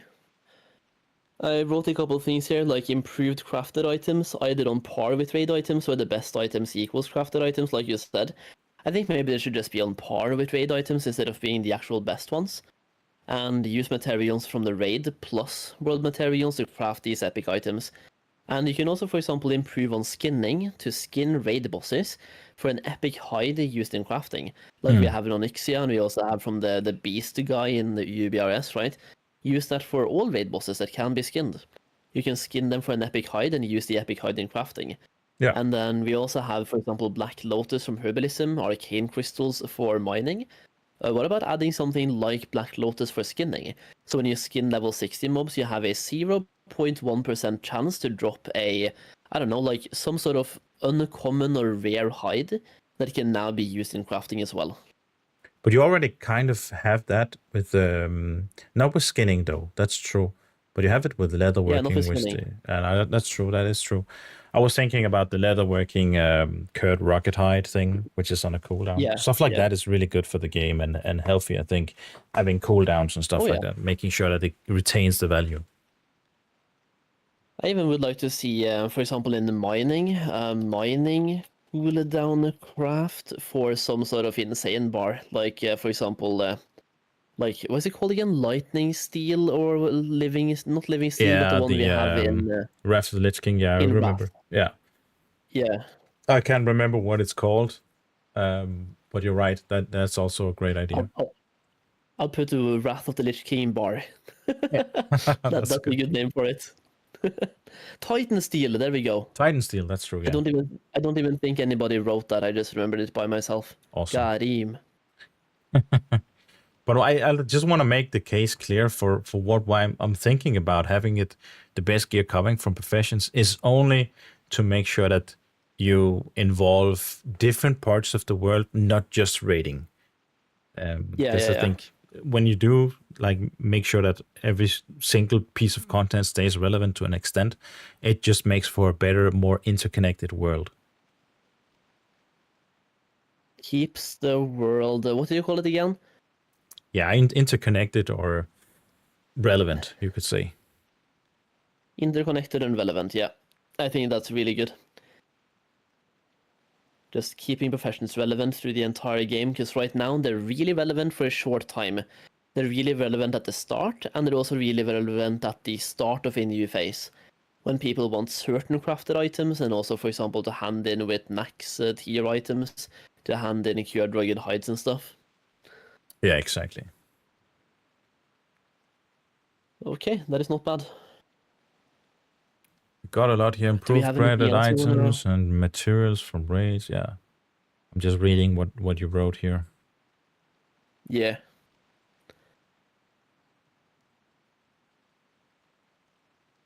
Yeah. Yeah, that's a good idea with the skinning from and the same working kind of the same with the Black Lotus. So you have your gathering professions that actually all of them have something that has a low drop chance, but is important for, let's say, a specific recipe or something like that. I think that's a good idea.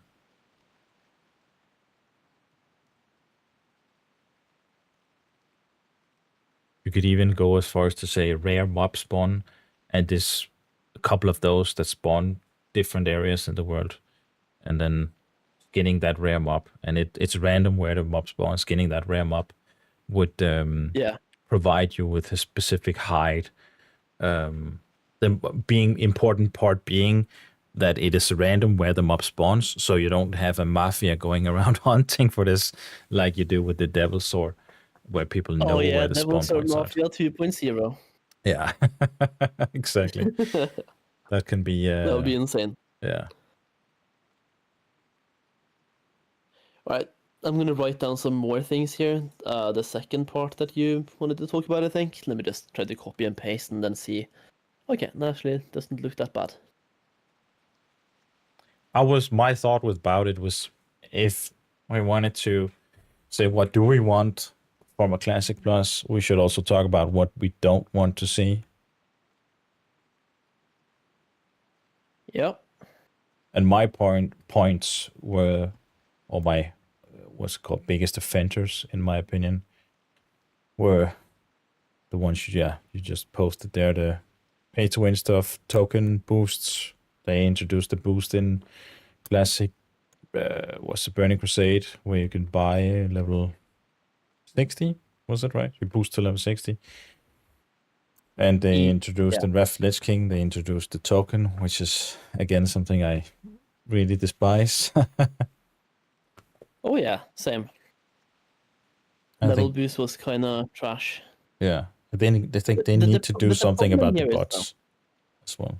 The problem here is though, just like for the WoW token, I'm not going to speak about because that one is just trash either way. But for boosting, everyone hated it, or at least most people did. But how many of the people that hated it still used it?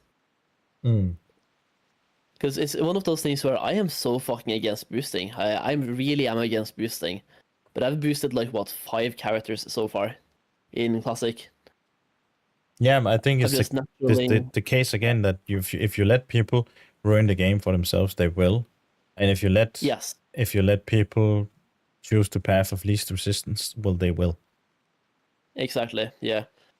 Because like level boost, I don't like it. I hate level boosting and being able to pay for a level 60.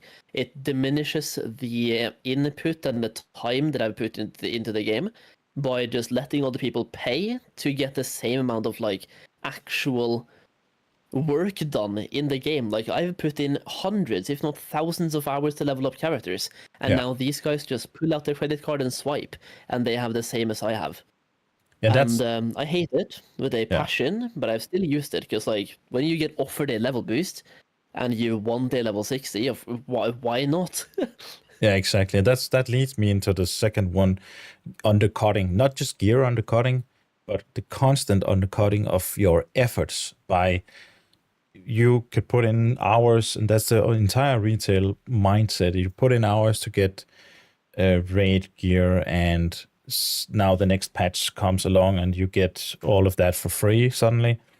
And the same with you grind it in anniversary all the way up to your 60s, and now somebody else comes along and he can just buy the boost. Like, it feels like you're not only undermining your existing player base by doing that, but you're also devaluing a ton of even your own characters to an extent. You don't have the same value to your own character because you did this boost.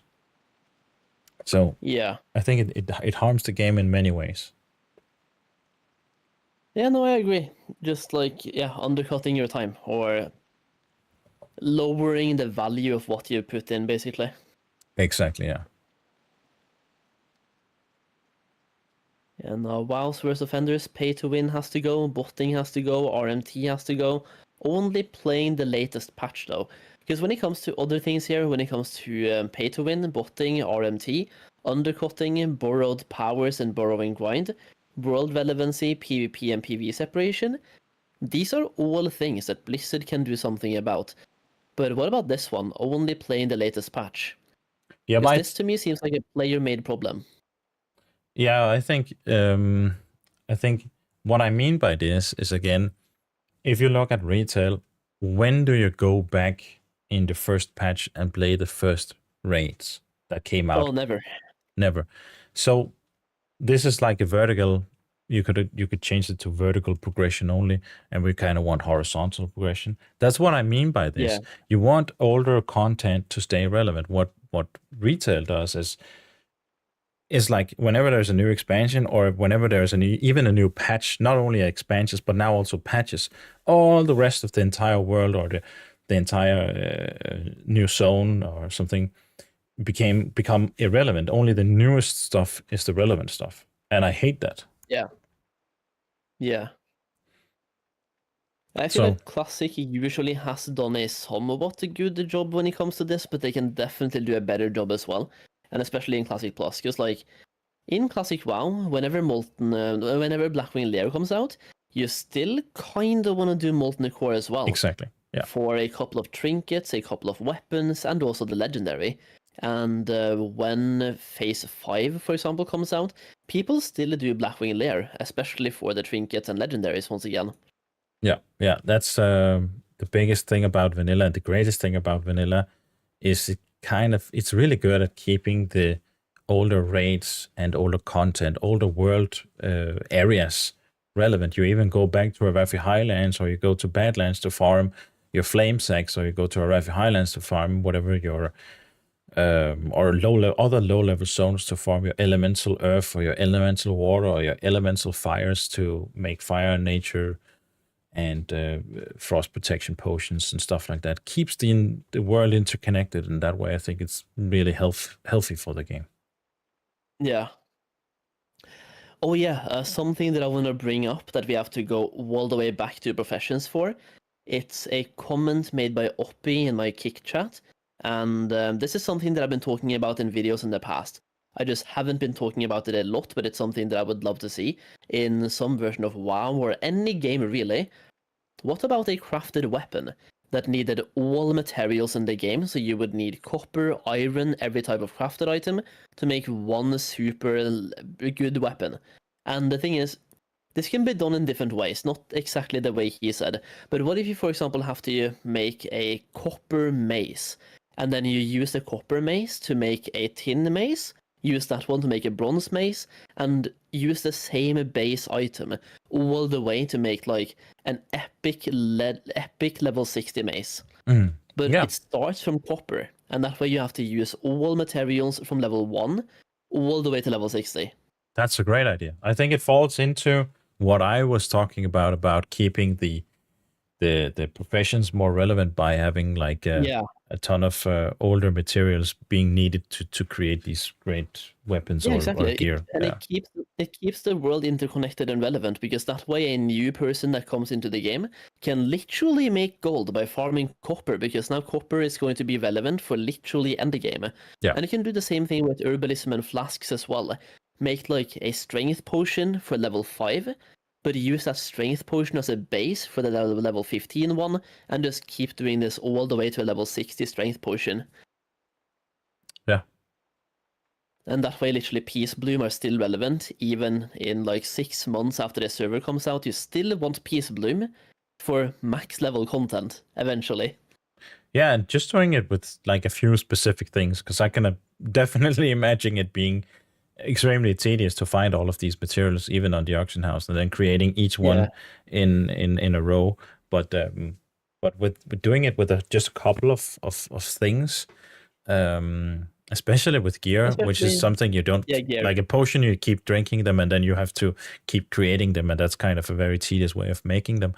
But if you do it with gear, which you don't replace that often, that I definitely can see that working.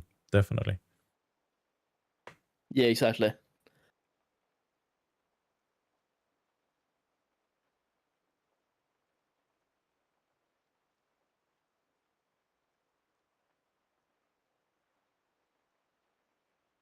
Let's see, do we have anything else you want to comment on any of these things?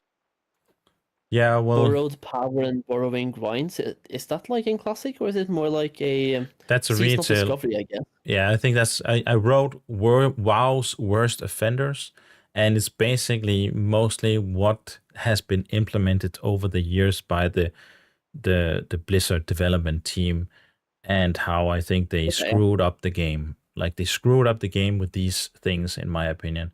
I think undercutting gear, that's part of the only playing the newest patch, is whenever a new raid comes out, suddenly your older gear becomes completely irrelevant to a greater extent than, like, the power creep is so much worse now than it was back in vanilla and back in the early days of TPC and stuff like that.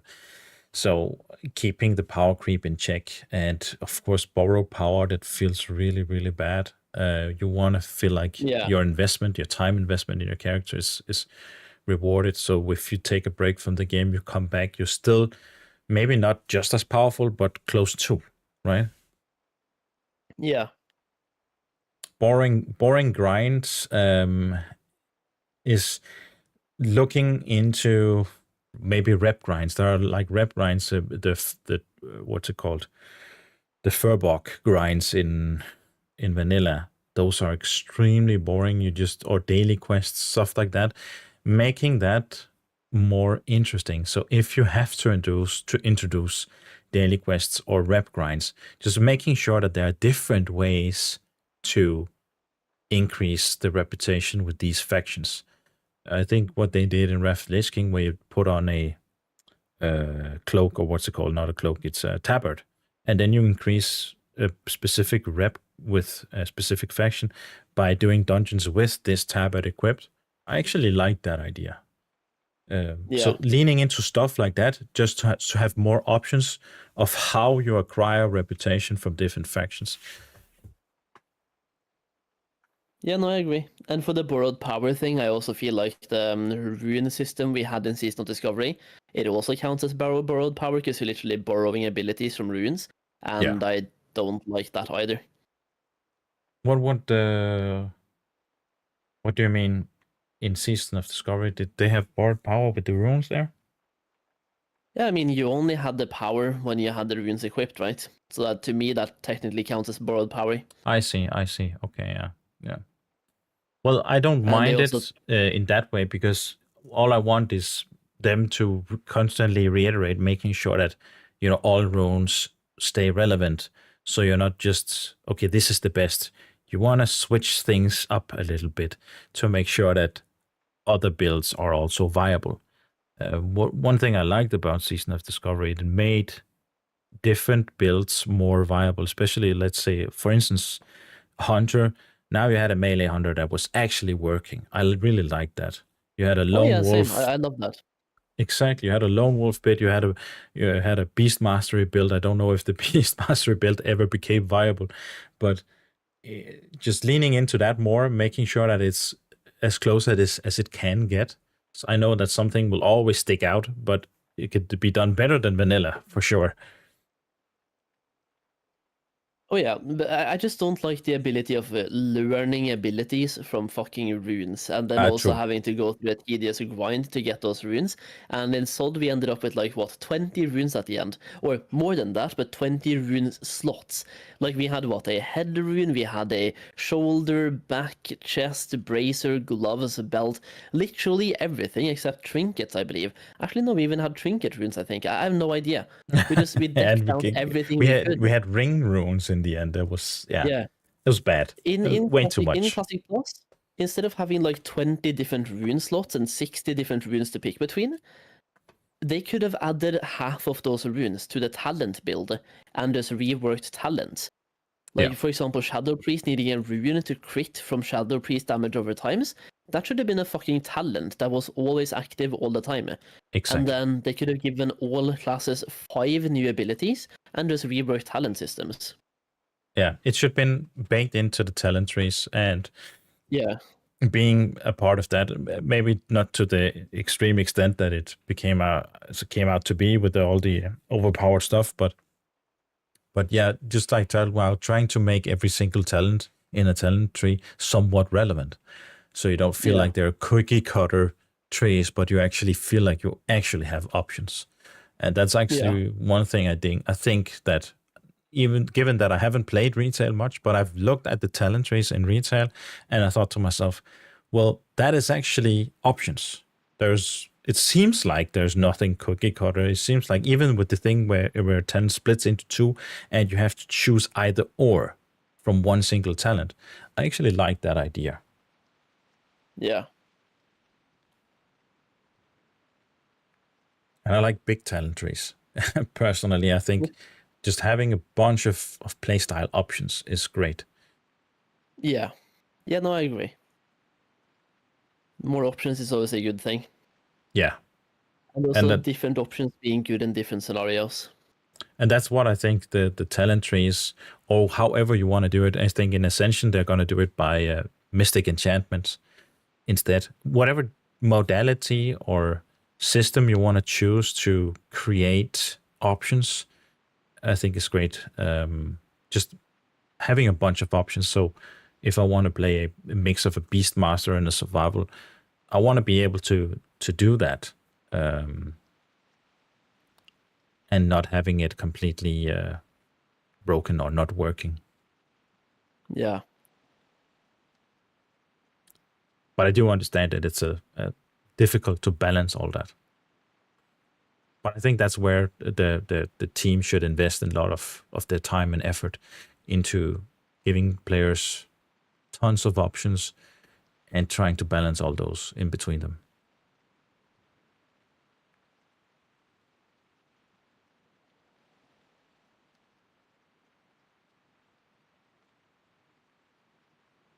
All right. Good. I think that's all we had to talk about on these. I kind of want to go into the whole what Turtle and also what Epoch did right. One thing before we end this one, I wanted to touch on is the PvE and PvP separation. Okay. That's the last one, and then we'll move on. I think that I think that's bad for the game as well. I think there shouldn't be, again, as we touched on earlier, there shouldn't be PvP specific stats, or for that matter, PvE specific stats.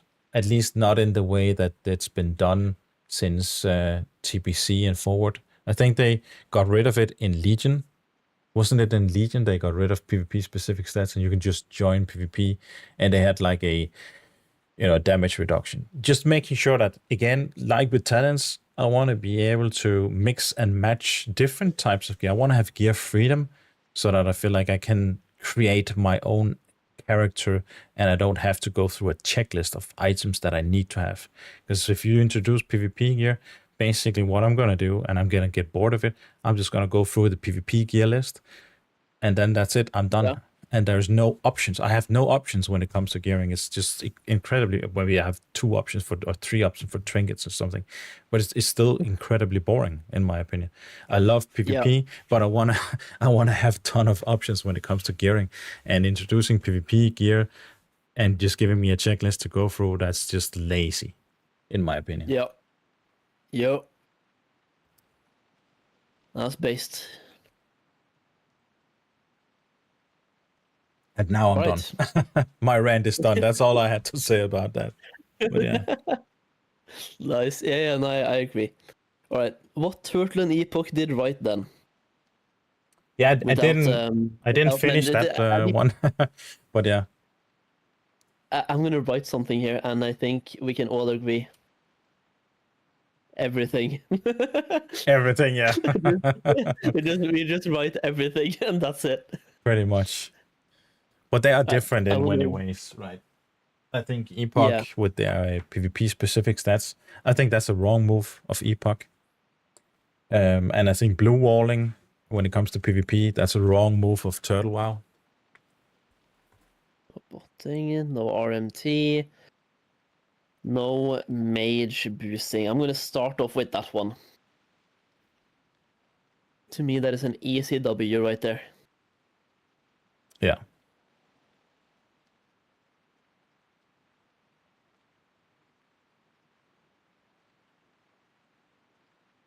Right, no botting, no RMT, no mage boosting. Actual game masters as well. I mean, actual game masters, actual in-game support. What else? Yeah, well, if you pretty much just take what WoW's worst offenders, look at that, and that's pretty much what Turtle WoW didn't fuck up, right?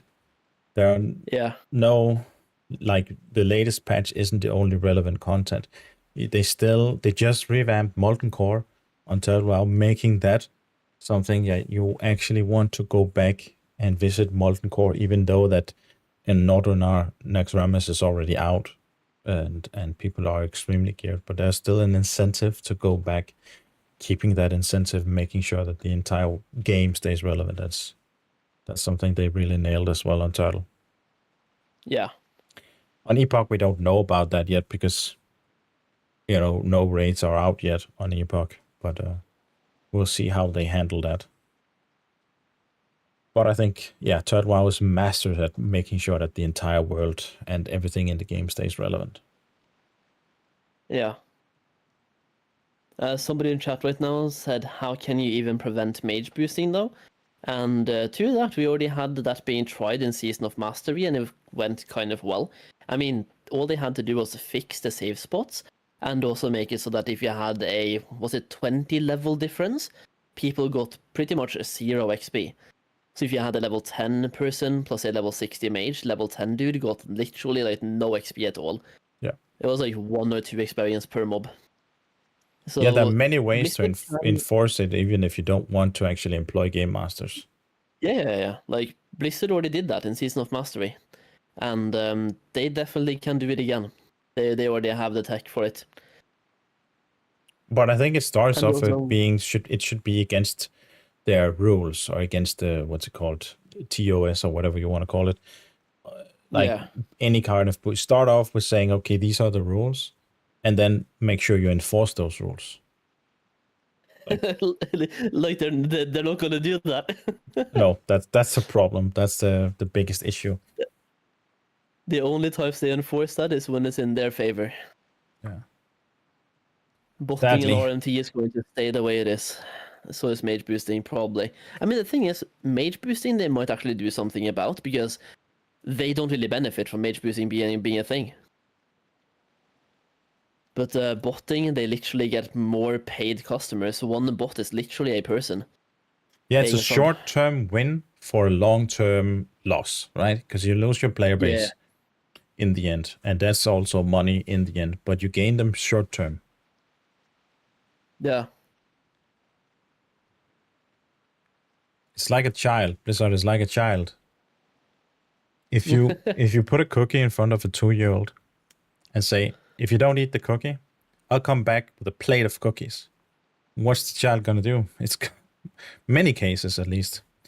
They're not gonna be able to withstand their impulses. They're gonna eat the cookie, and now the plate is gone because you broke the rule. Right?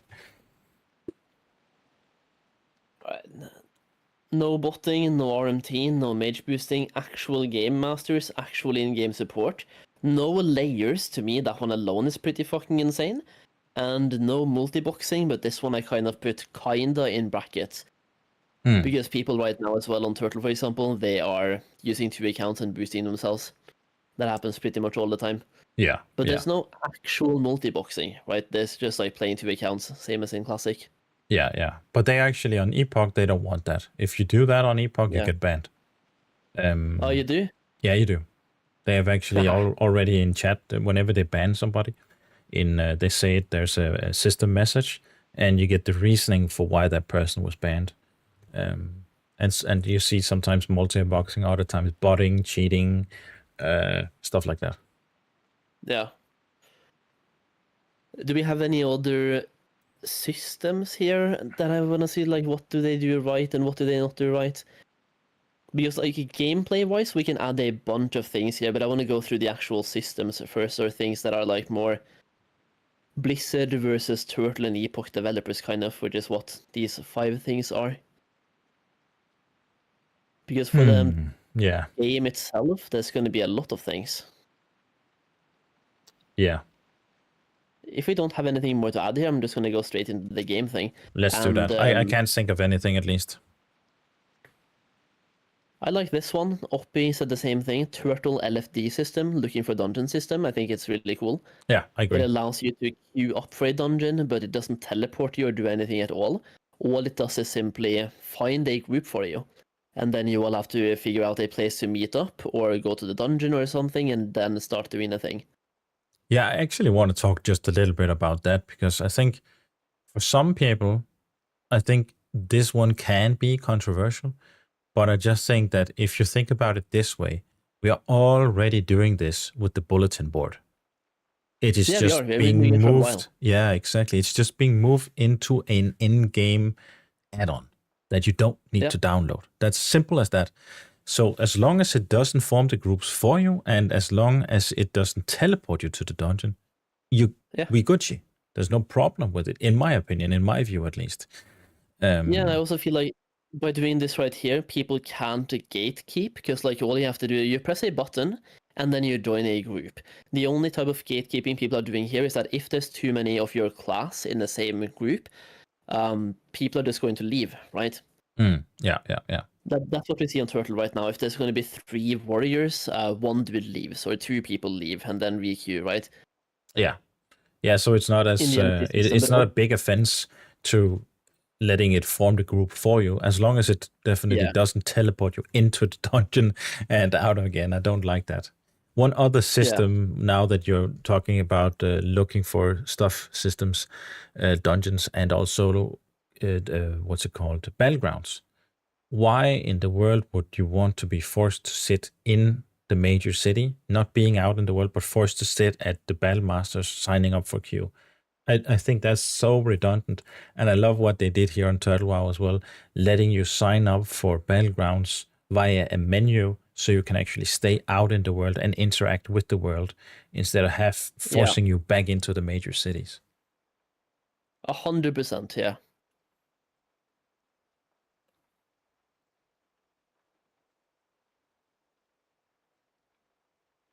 Exactly.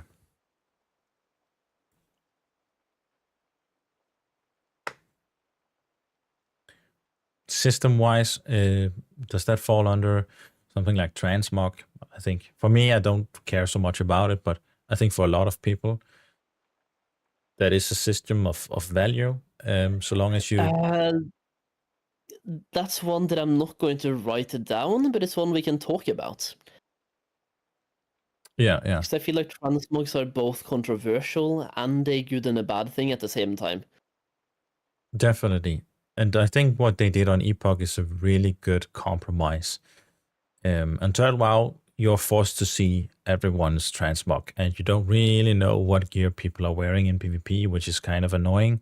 So you don't know what your getting up against. But on Epoch, there is a toggle. You can either choose to see people's transmog, or you can choose not to see it. So that's a great compromise, and it only works for yourself. So say you want your character to look different, but you don't want to see transmog on other people. Well, you just toggle it. Okay, yeah. I think that's a great could be, compromise. That could be an okay way of doing it, yeah.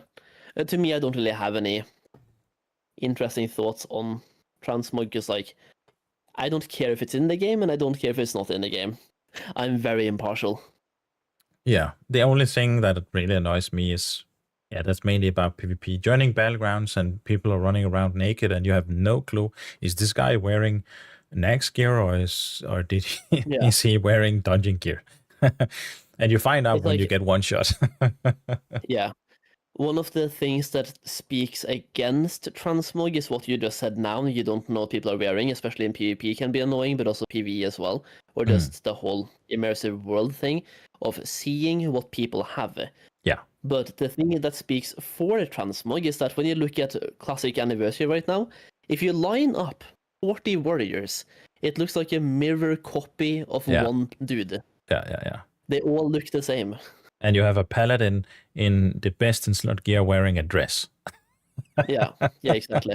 Because he's a healer, right? The healer dress paladin. Horrible. And really annoying to sit there playing with your paladin and he's wearing a dress. It's like, come on. Yeah, that's kind of why I don't really care what happens for transmog, because I can see both sides of the story, and I think it's both good and bad at the same time. Yeah. Have you seen the meme with the paladin meme on the internet with I think it says on one side you have expectation, and then on the other side you have reality. Yeah, got the guy in epic paladin gear and looks awesome, and then reality is you wearing a dress with a fucking stupid helmet. That's something that speaks for transmog for sure. Yeah. That could also just be fixed by having different itemization, though, to like add more plate with spell power and plate with healing power. And also do like what they've done with the talents in Turtle, for example, to give you healing power based on armor. So the more armor you have, the more healing power you get. Yeah, but that talent, that's a good talent. It's a really strong talent, actually. Yeah.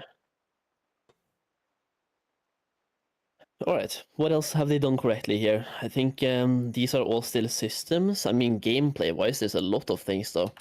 Class changes, for example. Class changes. Talent system revamp. Yeah, class changes is controversial. I think a lot of people... But that's always going to happen. When you change the class and how it functions, some people will like it, some people will dislike it. And that's always going to be a thing. But I just like that they're doing class changes and they're constantly reiterating on them. Yes, same. I don't like what they've done to sub-rogues, but I do like what they've done to discipline priests. I actually get that a lot with sub-rogue, but I haven't figured out what... People are saying that it's become a support role, right? Yeah, it's a support class now, which is really weird. But what was it before? It wasn't really a raid thing before, right? The PvP spec, the best PvP spec of all time. I know. That's where you went halfway into assassination, getting cold blood, and preparation, right? But when you actually look at the rogue talents, because I want to challenge that mindset just a little bit, because I don't see what talents they changed so that you no longer can do your you no longer can do your preparation cold blood build, because I think you can still do that. I have no idea. I'm not a rogue main. Okay, fair enough.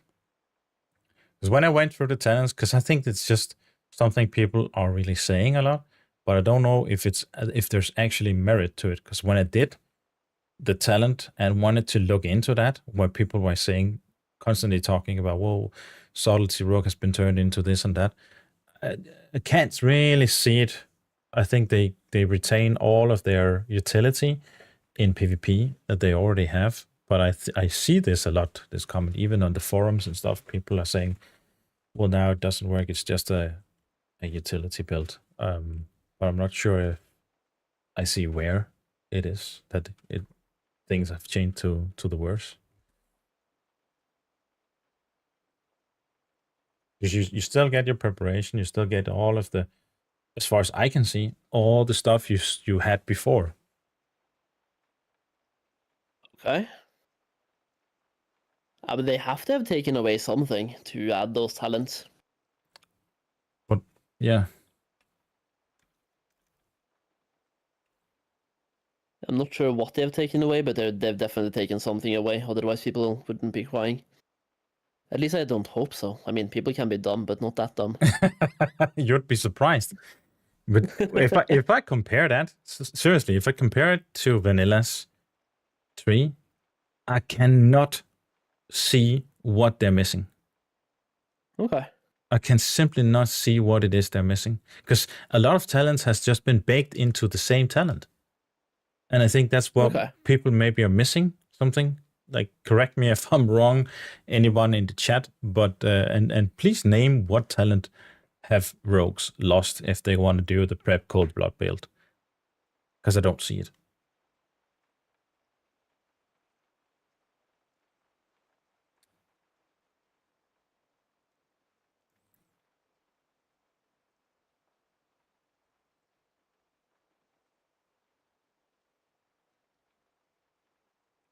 Right, I put in class changes so far, talent system revamp plus content, which basically all of it into one place here, like questing, dungeons, raids, professions, reputations, zones, and so on. Just like I'm calling it plus content. Yeah. That way you don't have to like go through all of that because we've already gone through all of it so far. Yeah. Adding content over time, I also feel like it's a good thing. Epoch I can't speak about here because they're really new, but Turtle, for example, added a really big patch after 8 years of development. And then horizontal progression, which kind of builds on the adding content over time. Absolutely. That's what I put down so far. I feel like I probably missed something. Oh, yeah. What do you call it? Like the carriage system. Well, the thing in Epoch. That is insane. I love it. It is cool. It is cool. Or rental mounts. Like yeah, either I was one of just them, about to say that. That's so. I like that as well. yeah, that's what they did on Turtle WoW. Them. Yeah. Latest patch on Turtle WoW, for those in the chat who don't know, they did somewhat of the same. You could already rent mounts on Turtle WoW at the Goldshire and Razor Hills and areas like that. For like 50 copper, you rent a mount for 5 minutes or something.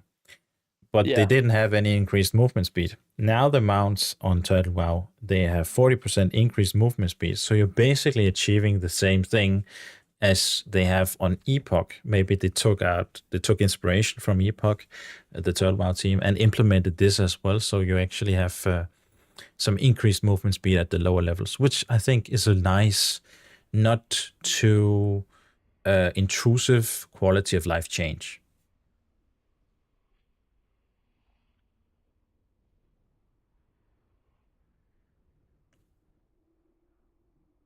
Put in one more thing here. Reputation relevancy. Like, for example, Wildhammer reputation for Grife and Speed. That's something they can really work on. Like Turtle WoW has that now. You get Griffin Speed. You get your from Wildhammer rep. Griffin Speed? What do you mean, like flying faster? Yeah, actually they haven't done that, I think, have they? Not that I know of. Maybe maybe they have. I don't know for sure. I think one server has done this, but somebody in my chat just talked about it. New traveling systems are cool. I like the idea of farming Wildhammer rep to increase the Griffin speed. And I feel like one server should have already done this, if I'm not wrong. But Classic Plus could do something like that, though. Like Wildhammer reputation, and the Wildhammer is like the dwarves, the Griffins, right? So getting that to Exalted, it gives you more speed on your Griffin, as an example. Yeah, that's a funny, an interesting thing for the rep grinds for sure. Yeah, and it's something different. So the grind is not just always about getting a piece of gear, but now it's getting quality of life or convenience. Yeah. That's actually a good idea. I think that would be really cool. Yeah. But that is not something they've done right, though. I'm probably going to put that into something else. Not that I've Wish heard list. of, at least, but yeah, Yeah, wish list. wish list. But that's I think what you have right there with this idea is something that brings interest to the game because it's different. It's something we've never seen before. It's new reason to grind because everything boils down to gear most of the time, right? Okay, I grind this, I get this gear. It's always about gear. But something like this, Yeah. these systems like that, okay, I get this convenience thing. Same with getting dual spec. You pay 1,000 gold or you pay 100, whatever it is, and then you open up for convenience stuff. So Yeah. having that behind a rep grind or having that behind a quest chain or having that behind something, that just makes the world that much more interesting. And me wanting to explore stuff and figure stuff out instead of it's just being, okay, I level to 60 and then I get my gear and that's it. That's the treadmill. That's the loop.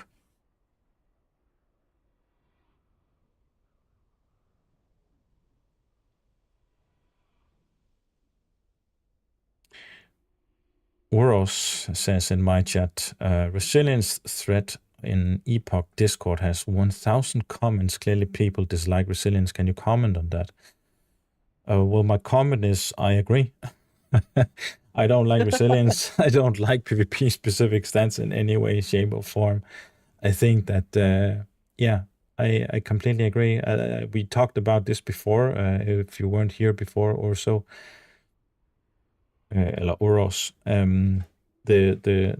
The thing I hate, or the reason why I'm getting a little bit bored of Epoch right now, is I have all my PvP gear. I have my entire PvP set on my hunter here, and there's no real reason for me to go into dungeons. There's no reason for me to go and complete a specific quest.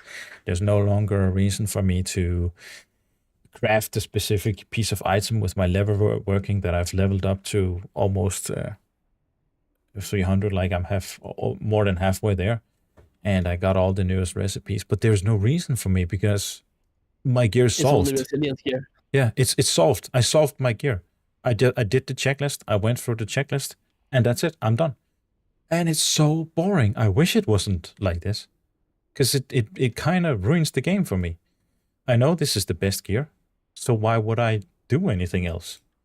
And I don't want that. I wanna feel like I need to go into raids. I wanna feel like I need to go into dungeons and complete specific quest chains and get a blue item or something else.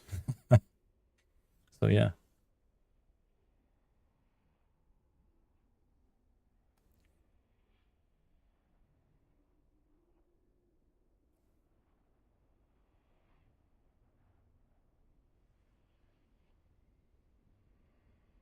But I know that there's a lot of controversy about resilience. And I think one of the reasons people, they like resilience is not because of the stat per se, or it's not because they want to gatekeep PvP, but it is because their mindset is screwed around, or is about, they're thinking about it in terms of it's the only way to balance PvP. Because that's been the solution they grew up with. So, but you have to think outside the box. You have to think about, okay, is there another solution that still gives you gear freedom while also solving the problem of PvP? Because that's the issue, right? The issue is too bursty PvP. That's why we need this stat. But do we really need this stat? Is there another way to fix that? You could maybe add resilience on all gear in the game. That's one solution.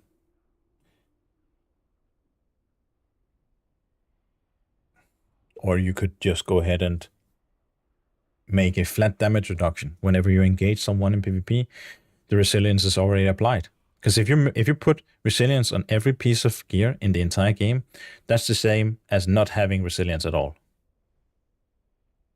Right? It does the exact same in the end. Yeah. It achieves the same goal.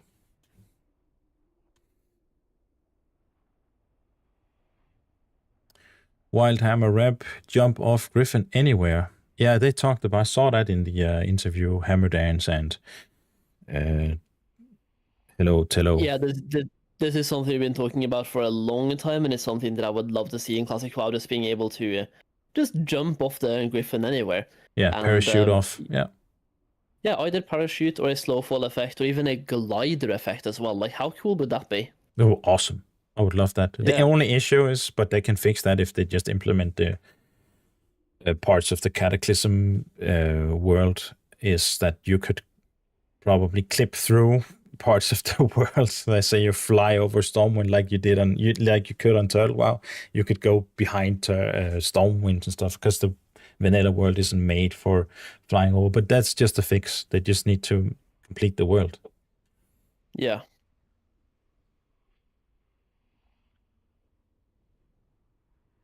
And I say just. I don't know if it's hard to do. Do we want to go over to what Season of Discovery and Retail does right? Yeah, let's do it. I'm slowly running out of time as well, so I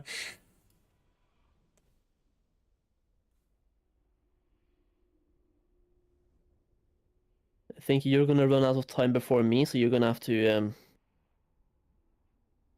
give a sign whenever it's getting really low on time. yeah, for sure. I think I got I got an hour more. So Yeah, that's easy. should be enough.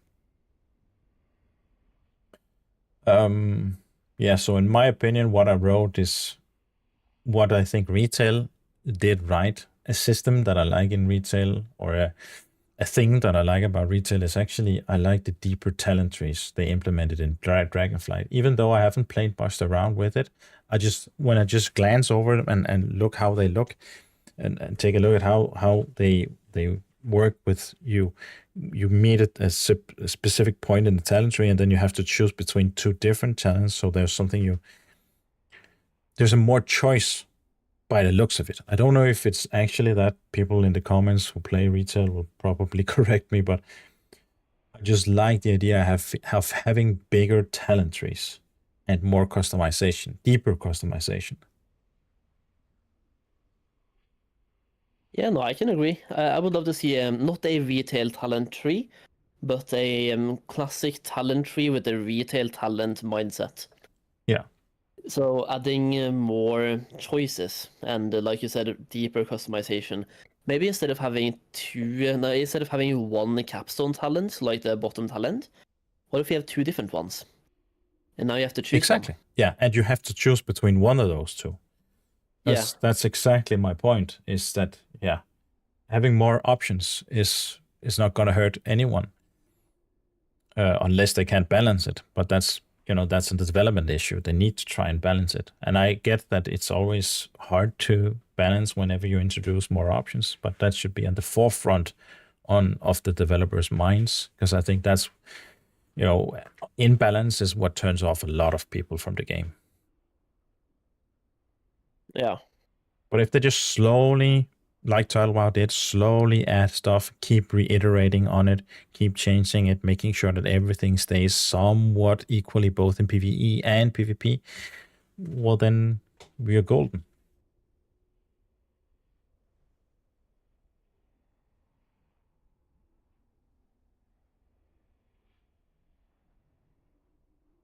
And when it comes to that's actually a Season of Discovery thing, yeah, the dungeon token thing. Again, that's harping back to things like you feel like you get something, you get a reward, even though you get a reward for completing a dungeon, even though you didn't get any gear. And exactly. And it's a way to fail proof, or a way to fail proof. So even if you even if all the loot you want drops, and you lose all the rolls, you still feel like you didn't waste your time. You're still working towards something. Yeah, and it hasn't just been always get something back for the time spent. Yeah. It is the same mindset as, for example, doing GDKPs, where you always get gold at least for doing the raid. Like, you always get something. Yeah. And by doing this with the coins as well, or the dungeon tokens, you always get at least something. And I think that's a good system. It's a good system to have something that you feel like, okay, well, even if I didn't get my helmet, which was the only item I wanted, you're still working towards it, but just by another means, right? You can then buy it once you complete enough. And if you end up getting the helmet from whatever boss that drops the helmet, well, then you have all of these points you can now allocate into something else, be it materials, be it another piece of gear, or just something else, right? I think that just want some lesser reward if you get unlucky, some unlucky protection, whatever you want to call it. Yeah, like Padre says in chat as well. He liked TBC because of Badges of Justice. It was nice in SOD, but there wasn't really anything meaningful you could buy. And I feel the same. Like they should take in inspiration from the dungeon token system we had in SOD, but improve the rewards. Yeah. At some point, you just ended up cashing those in for materials to just get some gold back for the time you spent. But there was like, you only used it to get a couple of items and maybe to gear yourself up for raids. But what if you could, for example, buy some raid loot as well? But you would have to spend an enormous amount of coins for that loot, but you could then also gear up for raids by doing dungeons. Yeah. It's basically a Mythic Plus system in a way that makes it so that you choose the modality of end game that you enjoy the most, and you just do that to gear your character. So you introduce choice, and the most important thing is that there's no one option that is the best. Every option should be equal. You introduce choice, and that your time is always being respected. Yeah. Because you always get something back for it. And also you emphasize that people with experience could be helping people that don't have the same experience. Because now people that know everything about the game and that already have the best game at the end of the game, maybe they need one more item, and they are now using these coins to get that one item. They're going to run dungeons like Stratholm, Skolemans, Ubers, Elbers, you name it. And they can help other people that now need these dungeons. That way, keeping the dungeons relevant throughout the entire lifespan of the game. Yeah. So I completely agree with that. I think that's a good way of doing it. It's just because some people, they might object to these changes, but I think it's because people in their mind thinking, well, that's not going to be balanced. One thing is going to be completely overpowered, and they don't want to see a token system be better than a raid system. And I sympathize with that. I understand that, and I think that's something, again, that's a development problem. I think the developers need to be on top of stuff like that so that one system doesn't become the go-to, because players are like water. They flow where it's easiest. They will always ruin the game for themselves if they get the choice, and they will always follow the path of least resistance. So choices needs to be equally good. Every choice needs to be equally good, or as close to it as you can. Of course, you can never get it completely equal, but just close. That's basically my take. Yeah. I also put in more interesting PvE rotations. Yeah.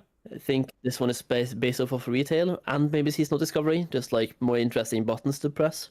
Yeah, because I think I don't necessarily, I'm not that interested in PvE in terms of like what you do. I don't mind having a single button to press, but this is something I picked up from a lot of people. They want, because for some people, they don't even want to touch PvP. And for those, they want interesting PvE. And I can completely understand that. I get my interests, or I get my button pressing stuff fix from PvP. But if you're not into PvP, then I can see why you would want more interesting rotations in PvE. So I wrote that down for that reason, because in vanilla, you're just most of the time spamming one button, and that's not very interesting. I think for at least 4 classes, you literally only press one button most of the time. Yeah. That's not a good state to be in, if you ask me.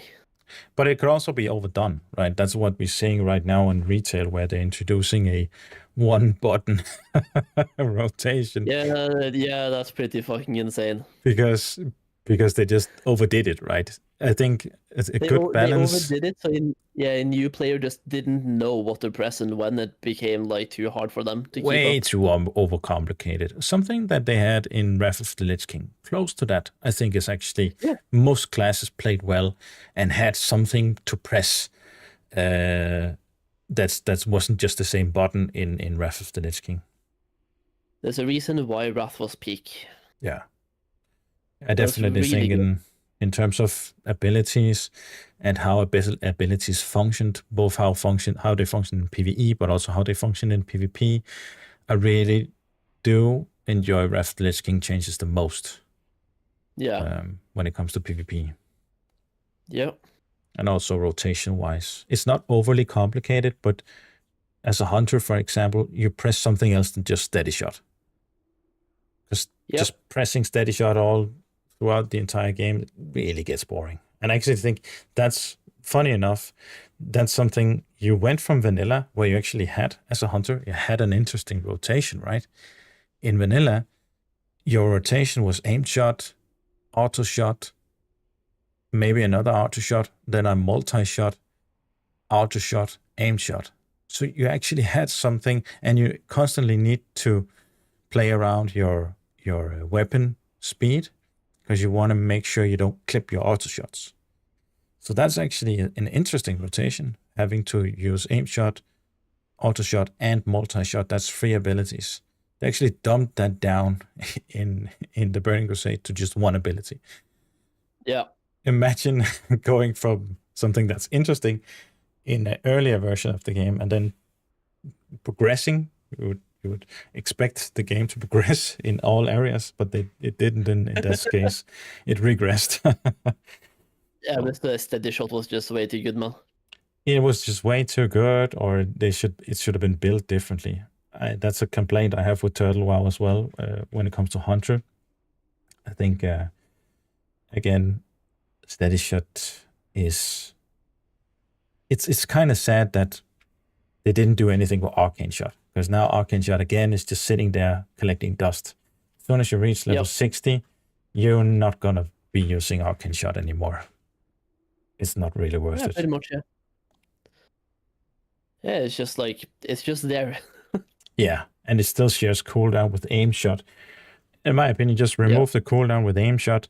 Maybe turn steady shot into a fitter shot that regenerates mana when you use it, so that you can afford your arcane shot in your rotation. So you still use aim shot, multi-shot, and then introduce arcane shot as a third shot, and only have your steady shot be useful to maybe like a spender builder thing, like they did in Cataclysm with Hunters when they introduced focus. Like your steady shot would increase or regain focus for you, or in this case it could be mana, I don't care, but just so that you have something interesting going on other than just spamming steady shot.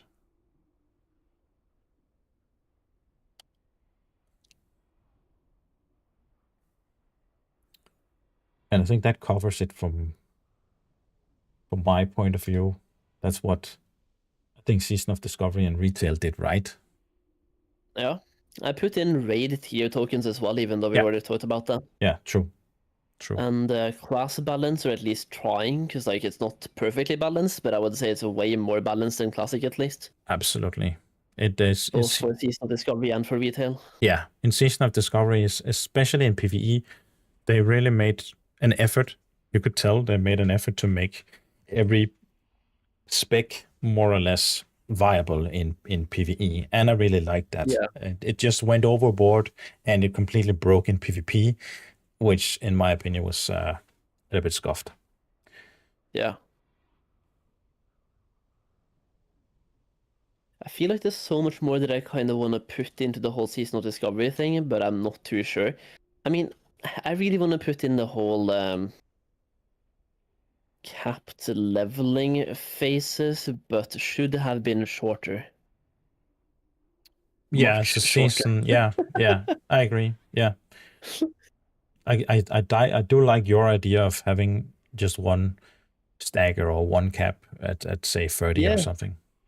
I think that would be so cool instead of having people just rush to level 60. Yeah. And I'm saying this as one of those people that would rush to level 60. Yeah, and for me as well. Like we are going to ruin the game for ourselves if it's the best thing to do, but we don't want to. And it's like it's going to lead to a much faster burnout as well, not just for me, but for literally everybody who does so. Yeah. Because we're going to get to level 60, and then after a couple of months, we'll be like, well, where's the content? Exactly. Where That's we have played the game for like 16 hours a day for 2 months, and we're like, well, where's the content? exactly how I feel with Epoch right now. Like with Yep. the PvP gear, I'm like burned out because I don't really feel like doing anything in the game because it's all irrelevant. It's like I have the gear. What now? And I also feel like giving us, let's just say, 1 month with a level 30 cap would be so nice for Blizzard to get some feedback on what we like and don't like while they work on the level 30 to level 60 stuff, right? Yeah. 1 month might be a bit short for that, but the whole theory here is that they should have already basically the game made, but they only give us half of it while they polish the later half. Even though the later half is also done, but they're just like polishing it and listening to feedback on what we like and what we don't like while just putting the last few sprinkles basically on level 30 to 60 content. Yeah. Blizzard is pretty much just gonna go like, okay, so you want incursions, more incursions, right? We got you. Yeah. And like the only way for them to get really valuable feedback from us as players is by allowing us to play. Because we can sit here and talk all we want. Like me, you, everybody in chat, we can sit here and talk, but at the end of the day, you need to try something to give real feedback on it. Mm. So we need to try Classic Plus before we know what we like and what we don't like, really. And I feel like just giving us level 1 to 30 content to allow us to try that while they polish the later half would be a good thing. Yeah, but can also, if they introduce something like incursions or something like in the same vein as that can just ruin the game. That's not something I want them to try. That's something I want them to avoid trying. So it can be a double-edged sword. Stay away from. Yeah, that, and it can be something else, but they can just as easily ruin the game in some other way. So, and that leads me into the next point that I wanted to kind of finish off talking about, but let's not go there already, but just touching on. Yeah, we can go there. Okay. Yes, basically, do we actually have confidence in Blizzard being able to make a good Classic Plus? And if they are the one that, which it seems like they are because they're working on it, so we know that for a fact now, but how should they implement new stuff? Should it be a voting system like they have in OSRS? Or should they maybe let the community create their own servers, like a UGC content, where the community creates the Classic Plus server and the people decide which one they want to play on? Yeah. That's an interesting question. I feel like, here's the thing, Blizzard will try to make Classic Plus 100%. They're already working on it, can confirm basically. Yeah, we know that. I think UGC will be the future, and I really fucking hope that Blizzard just somehow sits down and makes that work on their servers, because that way we can just get a finish to the whole private server versus Blizzard era. Yeah. Just they can under the Realm name, when you log in, you can have a Season of Discovery, Classic Era, Mist of Pandaria, Hardcore servers, or a brand new category called UGC or Custom Servers. And over there, you have to have a sub to play them. Blizzard collects the sub, and then those servers can, for example, have donations on them if they wanted to, and Blizzard takes a cut of that as well. That way, the people that make the servers can actually make a living from that, from donations, but Blizzard also gets a cut of that, or even just getting a paid sub. Yeah. Because they need to be able to make money from it somehow. Exactly. And just to make it clear for people who are listening or watching, what Solheim is saying with UGC content stands for user-generated content, meaning that the community, just like you have in Fortnite or other games, where the community are the map makers, they make their own maps, and whatever is most popular automatically rises to the top.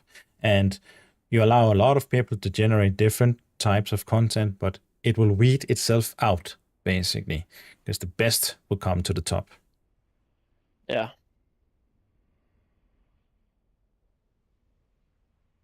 And that's like a fail-proof way of doing it, basically.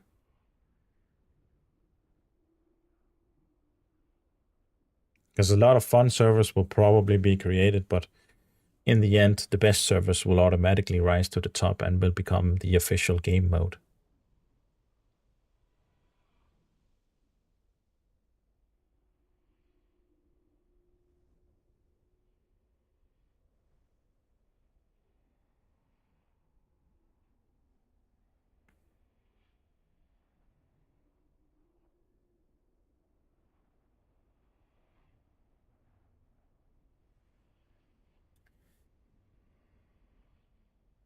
Because when it comes to like, can Blizzard make a good Classic Plus? I really must say I have my doubts.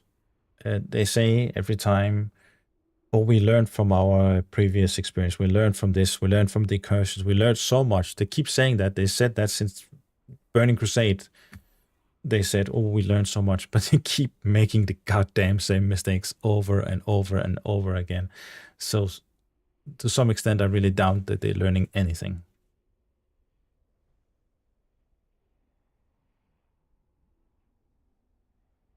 Yeah, I put in here number 1, a lot of people have lost faith in Blizzard, and Blizzard Classic Plus will be full of bots, RMT, and boosting. Blizzard Classic Plus will eventually have WoW tokens and paid boosts. And then UGC and custom service are the future. Make service require a sub, so Blizzard makes money, but let players make these custom servers, and that way Blizzard saves a lot of cash on development and rakes in sub fees. Yeah. I personally think that's the real way to go, but the thing is, Blizzard will make Classic Plus first, and if UGC ever happens, it's going to be at least 5 years away, possibly more as well. Most likely, yeah, because I think you're right. They are working on their version of a Classic Plus. That's what we're going to be getting next. Hopefully, they will announce that they're doing a voting system then, and we will be able as a community to vote on which changes we'd like to see. But yeah, I even doubt that to an extent. So, but we'll have to see.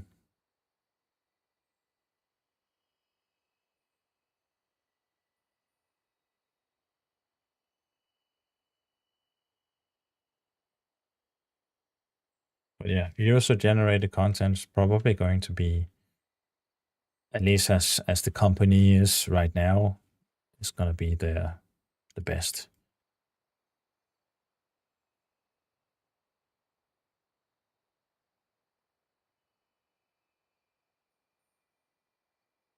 It's the most, I heard somebody say it's the most monetized game, World of Warcraft, because you're not only paying for a sub each month, but you're also paying for in-game cosmetic items. And a lot of games nowadays, they do either. They don't do both. Exactly. And Blizzard has a box price. They have a sub price. They have a lot of in-game shops as well.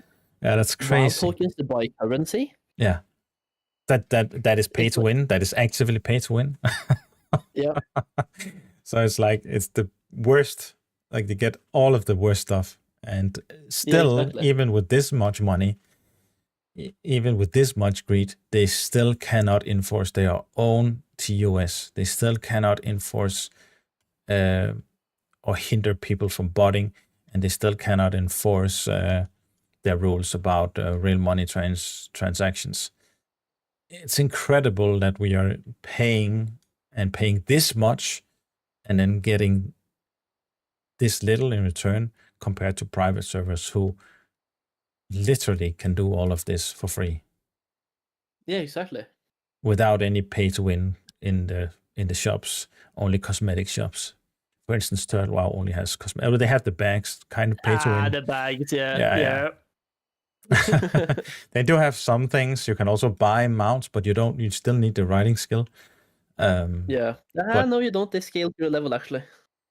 Yeah, but you still, they scale to your level, but you need the riding. Like, if you want to have the fastest, you need the epic riding skill. You need to pay that. Yeah. To actually have a low level or whatever mount Yeah, you get. they also give you like a vendor dude, so you can buy to have a personal vendor all the time and a personal repair, personal mailbox. Like, And you it's a can little on the also, edge. yeah, it's on the edge. You also pay for dual spec with real money. But you also have the option to pay in game 300 gold at the Gorobashi, and you can get the dual spec there. So it's really up to you if you want to spend the money. Yeah, But those things I can live with. What I can't live Yeah, with same. is if they introduced a WoW token into WoW and said, okay, now you can just buy 1,000 gold for, I don't know, whatever dollar amount you want. The thing is, right? Turtle is free to play and Yeah. has a bag and a possible vendor and stuff in it, right? And people are trying to crucify them for it, being like, pay to win, pay to win, pay to win. And then here's Blizzard with a box price, a $90 auction house mount in retail. They also try to sell gold actively by selling WoW tokens. They have mounts, they even have sub bundles, they have a sub price. And people are like, oh, Daddy Blizzard, you are the best developers in the world, man. I love giving you money. All the while, they are allowing bots and real money transactions to completely destroy the servers. Exactly. So yeah, it's absolutely insane. Absolutely insane.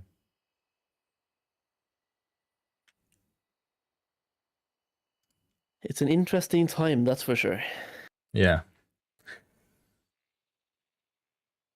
Well, that's pretty much where I ended my notes. I don't know if there's anything you want to like add to that, Solheim. Somebody in chat right now said without the gold sellers, many of the dads would not play this game. It would be a sellers of just it would be a server of just unemployed people. I mean, it's definitely a take. I'll tell you that much. It would be of unemployed people. Okay. It's one of those times where if I say what I really mean about this, I'm probably going to disrespect some people, and I don't want to do that. But if people think that botting and the gold buying and gold selling is good for the game, I'm just going to let them have that opinion. But where and the thing is about this, like, where do you draw the line then? Because you can keep going on like this. Let's say let's follow this path of thinking. Okay, next step, boosts. Okay, now you get boosts in the game. Next step, if you want to one up that one, now you get all of your gear. That's sorted for you. You buy a character, he has all the best gear in the game. That's it. Now you want your best PvP rating. Well, you buy that. All right. Next up, what's next? There we go, exactly. What's next? You pay Blizzard. You don't even have to install the game. They are gonna play the game for you. Isn't that incredible? Yeah. How awesome like, is that? You don't even need to install the game on your PC. You can just have that account, not even knowing what's going on with the account, but you have it and you have all the best stuff. Yeah. Wouldn't that be the greatest, boys? Like, if you keep going on that path, it gets ridiculous. Why would I raid when I can just buy the gear? Yeah. Why would you Why play? would I level a character if I can just buy a boost? Exactly. Why would you play the game if you can get somebody else to play the game for you? Yeah, exactly. It gets stupid at some point, right? It becomes way too much about just reaching a goal instead of playing a game. Yeah. And it's like, people don't even care about the game anymore. They're just like, I want to get to this goal and do this thing in the game. It's a single player game for them in MMORPG.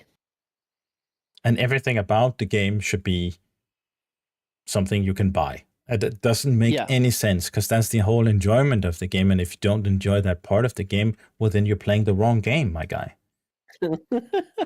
Yeah. You need to play something else then, because that is the game, right? Yeah. You're saying you want to play part of the game. Well, to some extent, I can understand that. But then again, I still say that the whole game and how it's designed is how it's supposed to be played. And if you disagree with that, you gotta look into another game.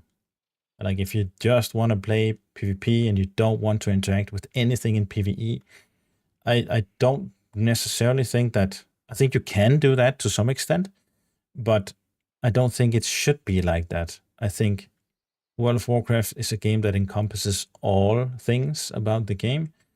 And if you only want to play a PvP game, then there's Counter-Strike and there's Overwatch, there's MOBA games, Dota games, stuff like that. That's mostly oriented around PvP.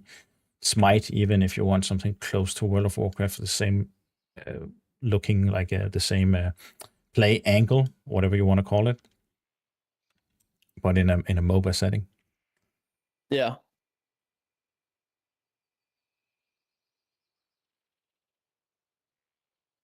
But I think character investment, leveling, grinding, questing, getting gear, that's the RPG element of an exactly. MMO. Yeah, MMORPG, right?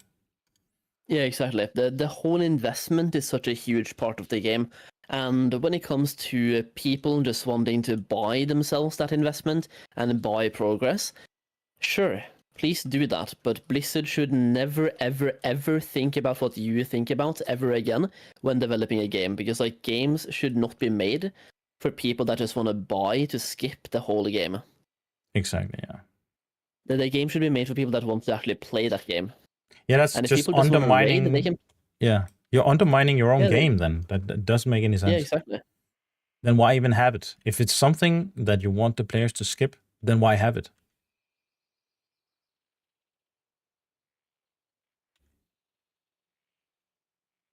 And that is kind of the mentality of retail, right? They want you to get to level 60 or the max level, whatever that is, as fast as possible.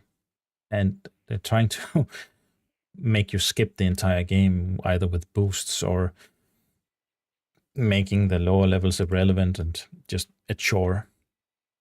Yeah. And that's what I'm talking about with boring grinds. Eliminate that. Just make the leveling interesting instead. Or remove it. Either make the leveling interesting or remove it from the game.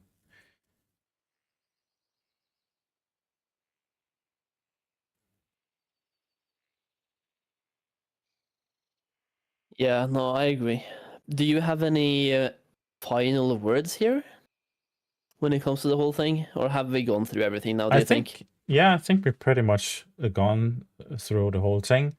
I just wanted to go back to what we started with and very clearly state that, in my opinion and my vision of the game, the three major pillars of World of Warcraft is PvE, PvP, and the economy. And whenever you decide to make a Classic Plus, you need to understand that these three pillars are intertwined, they are connected, and you need to make sure that the three things aren't separated. Everything works in conjunction with the other. Economy is such an integral part of the game. It needs to overlap with PvE stuff. It needs to overlap with gearing. It needs to overlap with everything. It can't be a separate thing. The same with PvE and PvP needs to overlap for it to feel like a whole game. This is a my opinion thing, but that's how I think the game was meant to be in vanilla. That's how it works in vanilla right now. And I think that's something that's really, really important and integral to, a Classic Plus and how it should work, in my opinion. Yeah. Yeah, PvP, PvE, and economy. Yeah. Bigger pillars of the game. And then they need to do something about botting, man. Botting and RMT. Yeah. If I had a wish list like botting, anti-botting, anti-RMT, and having Game Masters would be on there, but I already know Game Masters is not going to be there. Actually, I take that back. They will hire some interns to be Game Masters for 1, maximum 2 months. Because they did that in Season of Discovery as well. I was about to say they just did that, yeah. Weeks. Yeah, they did that for a short time and then they just copped out. Yeah. I don't know it's what their the fuck model. happened. They do it for the first month, sometimes 2 months, to give people the illusion of, hey, look, they're back. Yeah. It's just to give you hope. And once you have invested your time into the game, you are less likely to quit, because all they want you to do is invest your time, so you are less likely to quit. They want you to buy that 6 months up, so now you can't get out of it. Oh, incredibly horrible company. Sorry to say. It really is a horrible company. And I know it's Yeah. not the developer's fault. It's not I think the developers, every Yeah, developer, they mean great. I think many of them, they probably already thinking and knowing what we're talking about. They agree with all of this. I think they're and many just of them do, except for one person, the guy or girl or whatever who made Nightmare Incursions. yeah, true. Yeah. Everybody else, though, they have the best intentions, yes. Yeah. And they probably even had good intentions with Incursions. It was just, sorry to say, I can't think of any other nicer word to say, but it was retarded. Yeah, it could have been done good if it was done completely different. Yeah. It's just the execution of Incursion was so bad. So bad. It's like the It was best. so antithetical as well to everything Absolutely. classic WoW is. It's like Undercut the you entire game. Like, this is the best Yeah. thing to do for everything. Best gold making, best gearing, best reputation, best everything. What? It was even best PvP on PvP servers, so it was best PvP as well. Yeah. It's Literally fucking best retarded. everything. Jesus Christ. It was antithetical to everything that How- classic WoW is. Like they took How- the world out of World of Warcraft. How do you come up with such a dumb fucking thing? It yeah. boggles me. And this is why I lose so much confidence in, because even if you can come up with such a thing, such a stupid concept, I don't know. To me, it makes complete sense because I believe firmly that there are 2 people right now on the Classic WoW team that plays Classic WoW, and the other people play retail. So Yeah. this idea came from retail. It's a And it retail was thing. somebody who had, he or she or it had played retail and done something that looked like Incursions and was like, oh, yo, what if we have this in Classic? Just imagine running laps and getting to max level and getting gold. Dude, this is great. It's And insane. it's so bad. And the people approved it. It's like, Yeah. what? But yeah, you're completely right. The retail mindset is about skipping the game and getting to end game as fast as possible, and that fits right in there. Yeah, exactly. All right, I think we're going to close it off there. Yeah, I man. think that's been a good discussion. If you want me to link your YouTube channel to people, just send it to me on Discord so I don't have to do any research. Oh yeah, sure, man. And I'll post that in chat. Awesome. That would be really awesome. I'd appreciate that. And also, alternatively, if you're in YouTube chat right now, just make a comment and I'll pin your comment, and then they will see who you are. I can do that as well. I'll do both. I have the channel now. Hell yeah. It's right there. And let me see if I can find you here.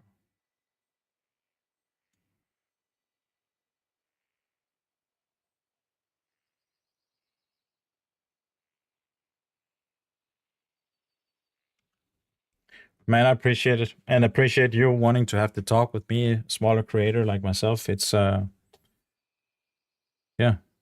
it's been awesome.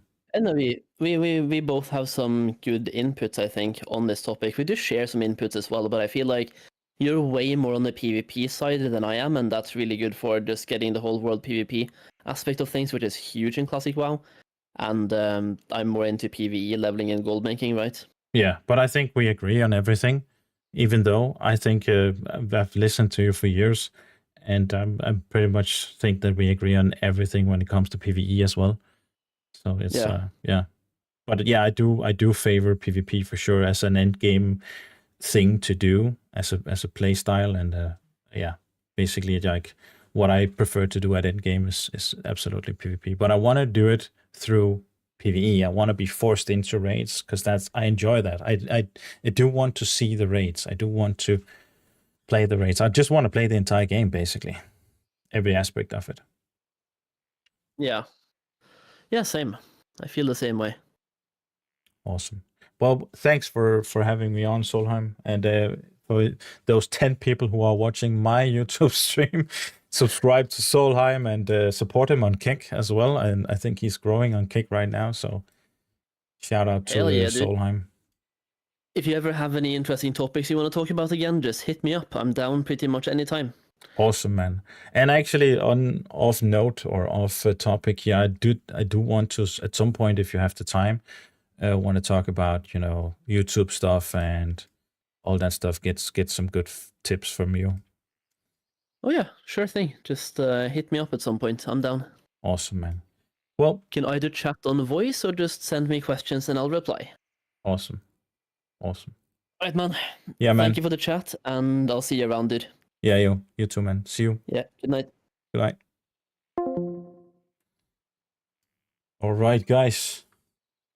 That's it for the talk with Solheim. I'm just gonna read some comments before I go to bed. XX Slater or Slate X. Like Justice Valor points, yeah. Kata had probably the most robust of the systems. Yeah, when it comes to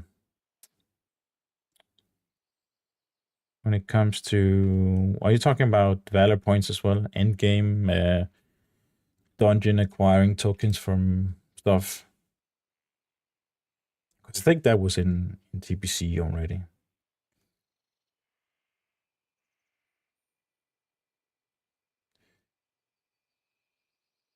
Careful itemization is key in that regard. Definitely.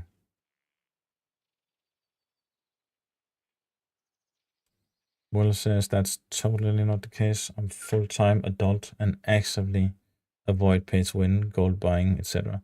Yeah, that's a comment of the guy in the chat before, right?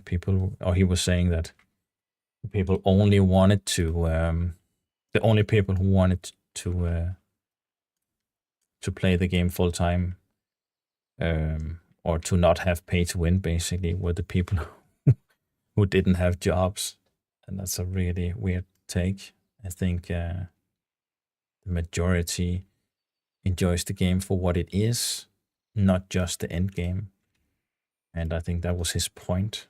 He wanted to get to end game, but that's a retail system thing. If you don't enjoy leveling, I can see to some extent why. I don't think an old MMO like this any longer has the most interesting quests in the game. It's basically click and collect quest and grind mobs, kill mobs, then pick up their turds in the ground and then deliver them to whatever the fucking rinse and repeat. Something like Skyrim and Witcher, they have much more engaging quests. And that's probably in the next future generation of MMOs. That's what we're going to get. We're going to get AI-generated quests with voiceovers and an interesting story, and you'll have a lot less quests to do because each quest will be much longer, much more interesting, and much more intriguing, much like the quests in The Witcher or fucking Cyberpunk or whatever new RPG game you want to play.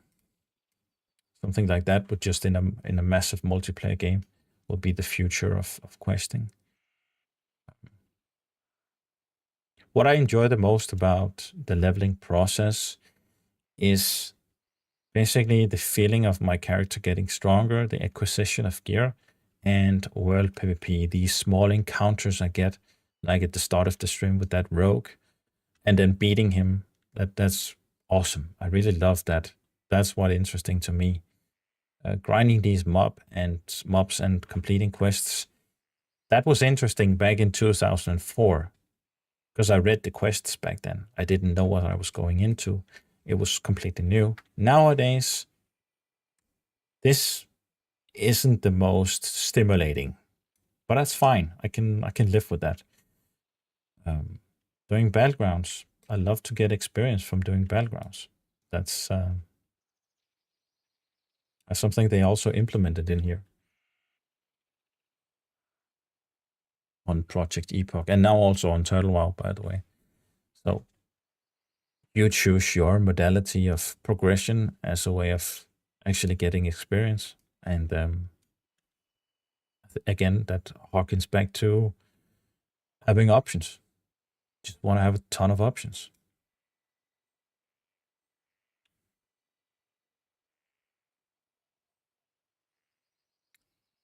And I just want to make sure that all options are somewhat on equal basis. Let's say you get experience from doing quests, you get experience from doing dungeons, you get experience, but you also get experience from doing professions. if you get experience from doing professions, that's probably something you need to lower. It has to be less experience than doing dungeons, because else everyone will just, it'll be, again, the path of least resistance, right? Everyone will do whatever is the best, most effective, and easiest way to level. And you basically don't want to force people, because you're indirectly forcing people to do, let's say professions are the best way to level. That's the easiest and fastest way to level. Well, you're indirectly now forcing people to do quests. And that's a development problem. You want to make sure that that's not the best option of progressing. You want to make sure that everything is somewhat equal.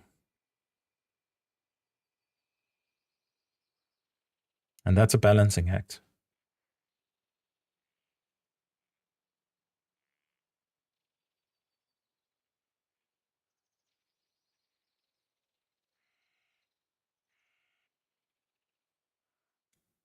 Tony, please, no one bring up the PvP gear topic. I think we went over that a ton in the stream already.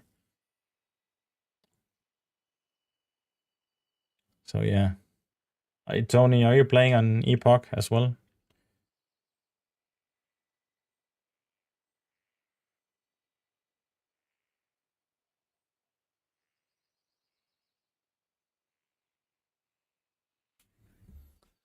Because yeah, that is a hot topic right now. Who was it that commented that they are doing a... That was Uros commenting that they're having a discussion on the Discord.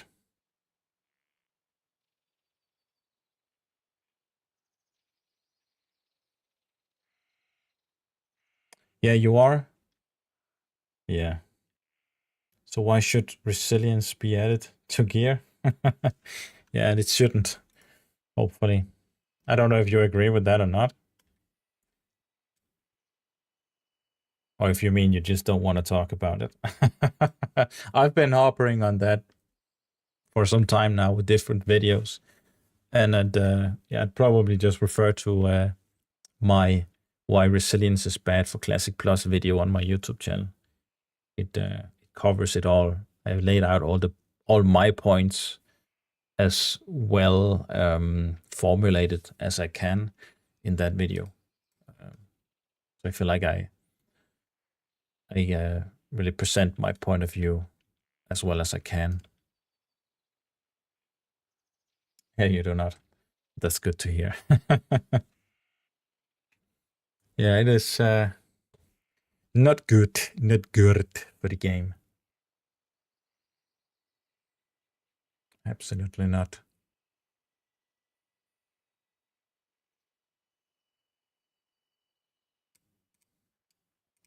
So let's hope they don't go that route. They didn't go that route in Season of Discovery. And I can appreciate that. I think that they should stick with that.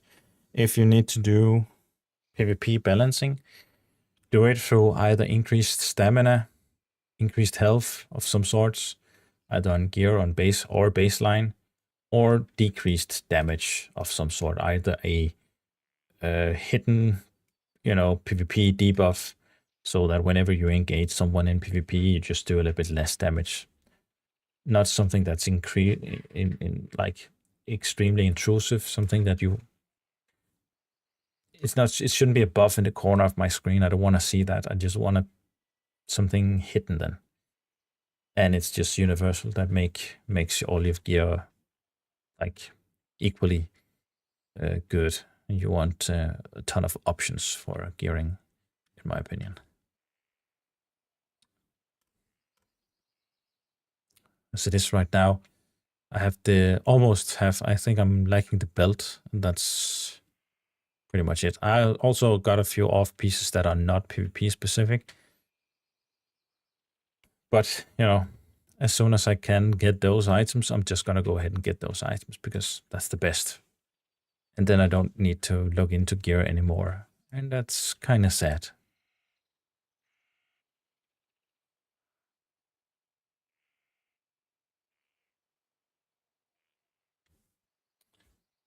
I would have loved to have more gear options and not just this checklist.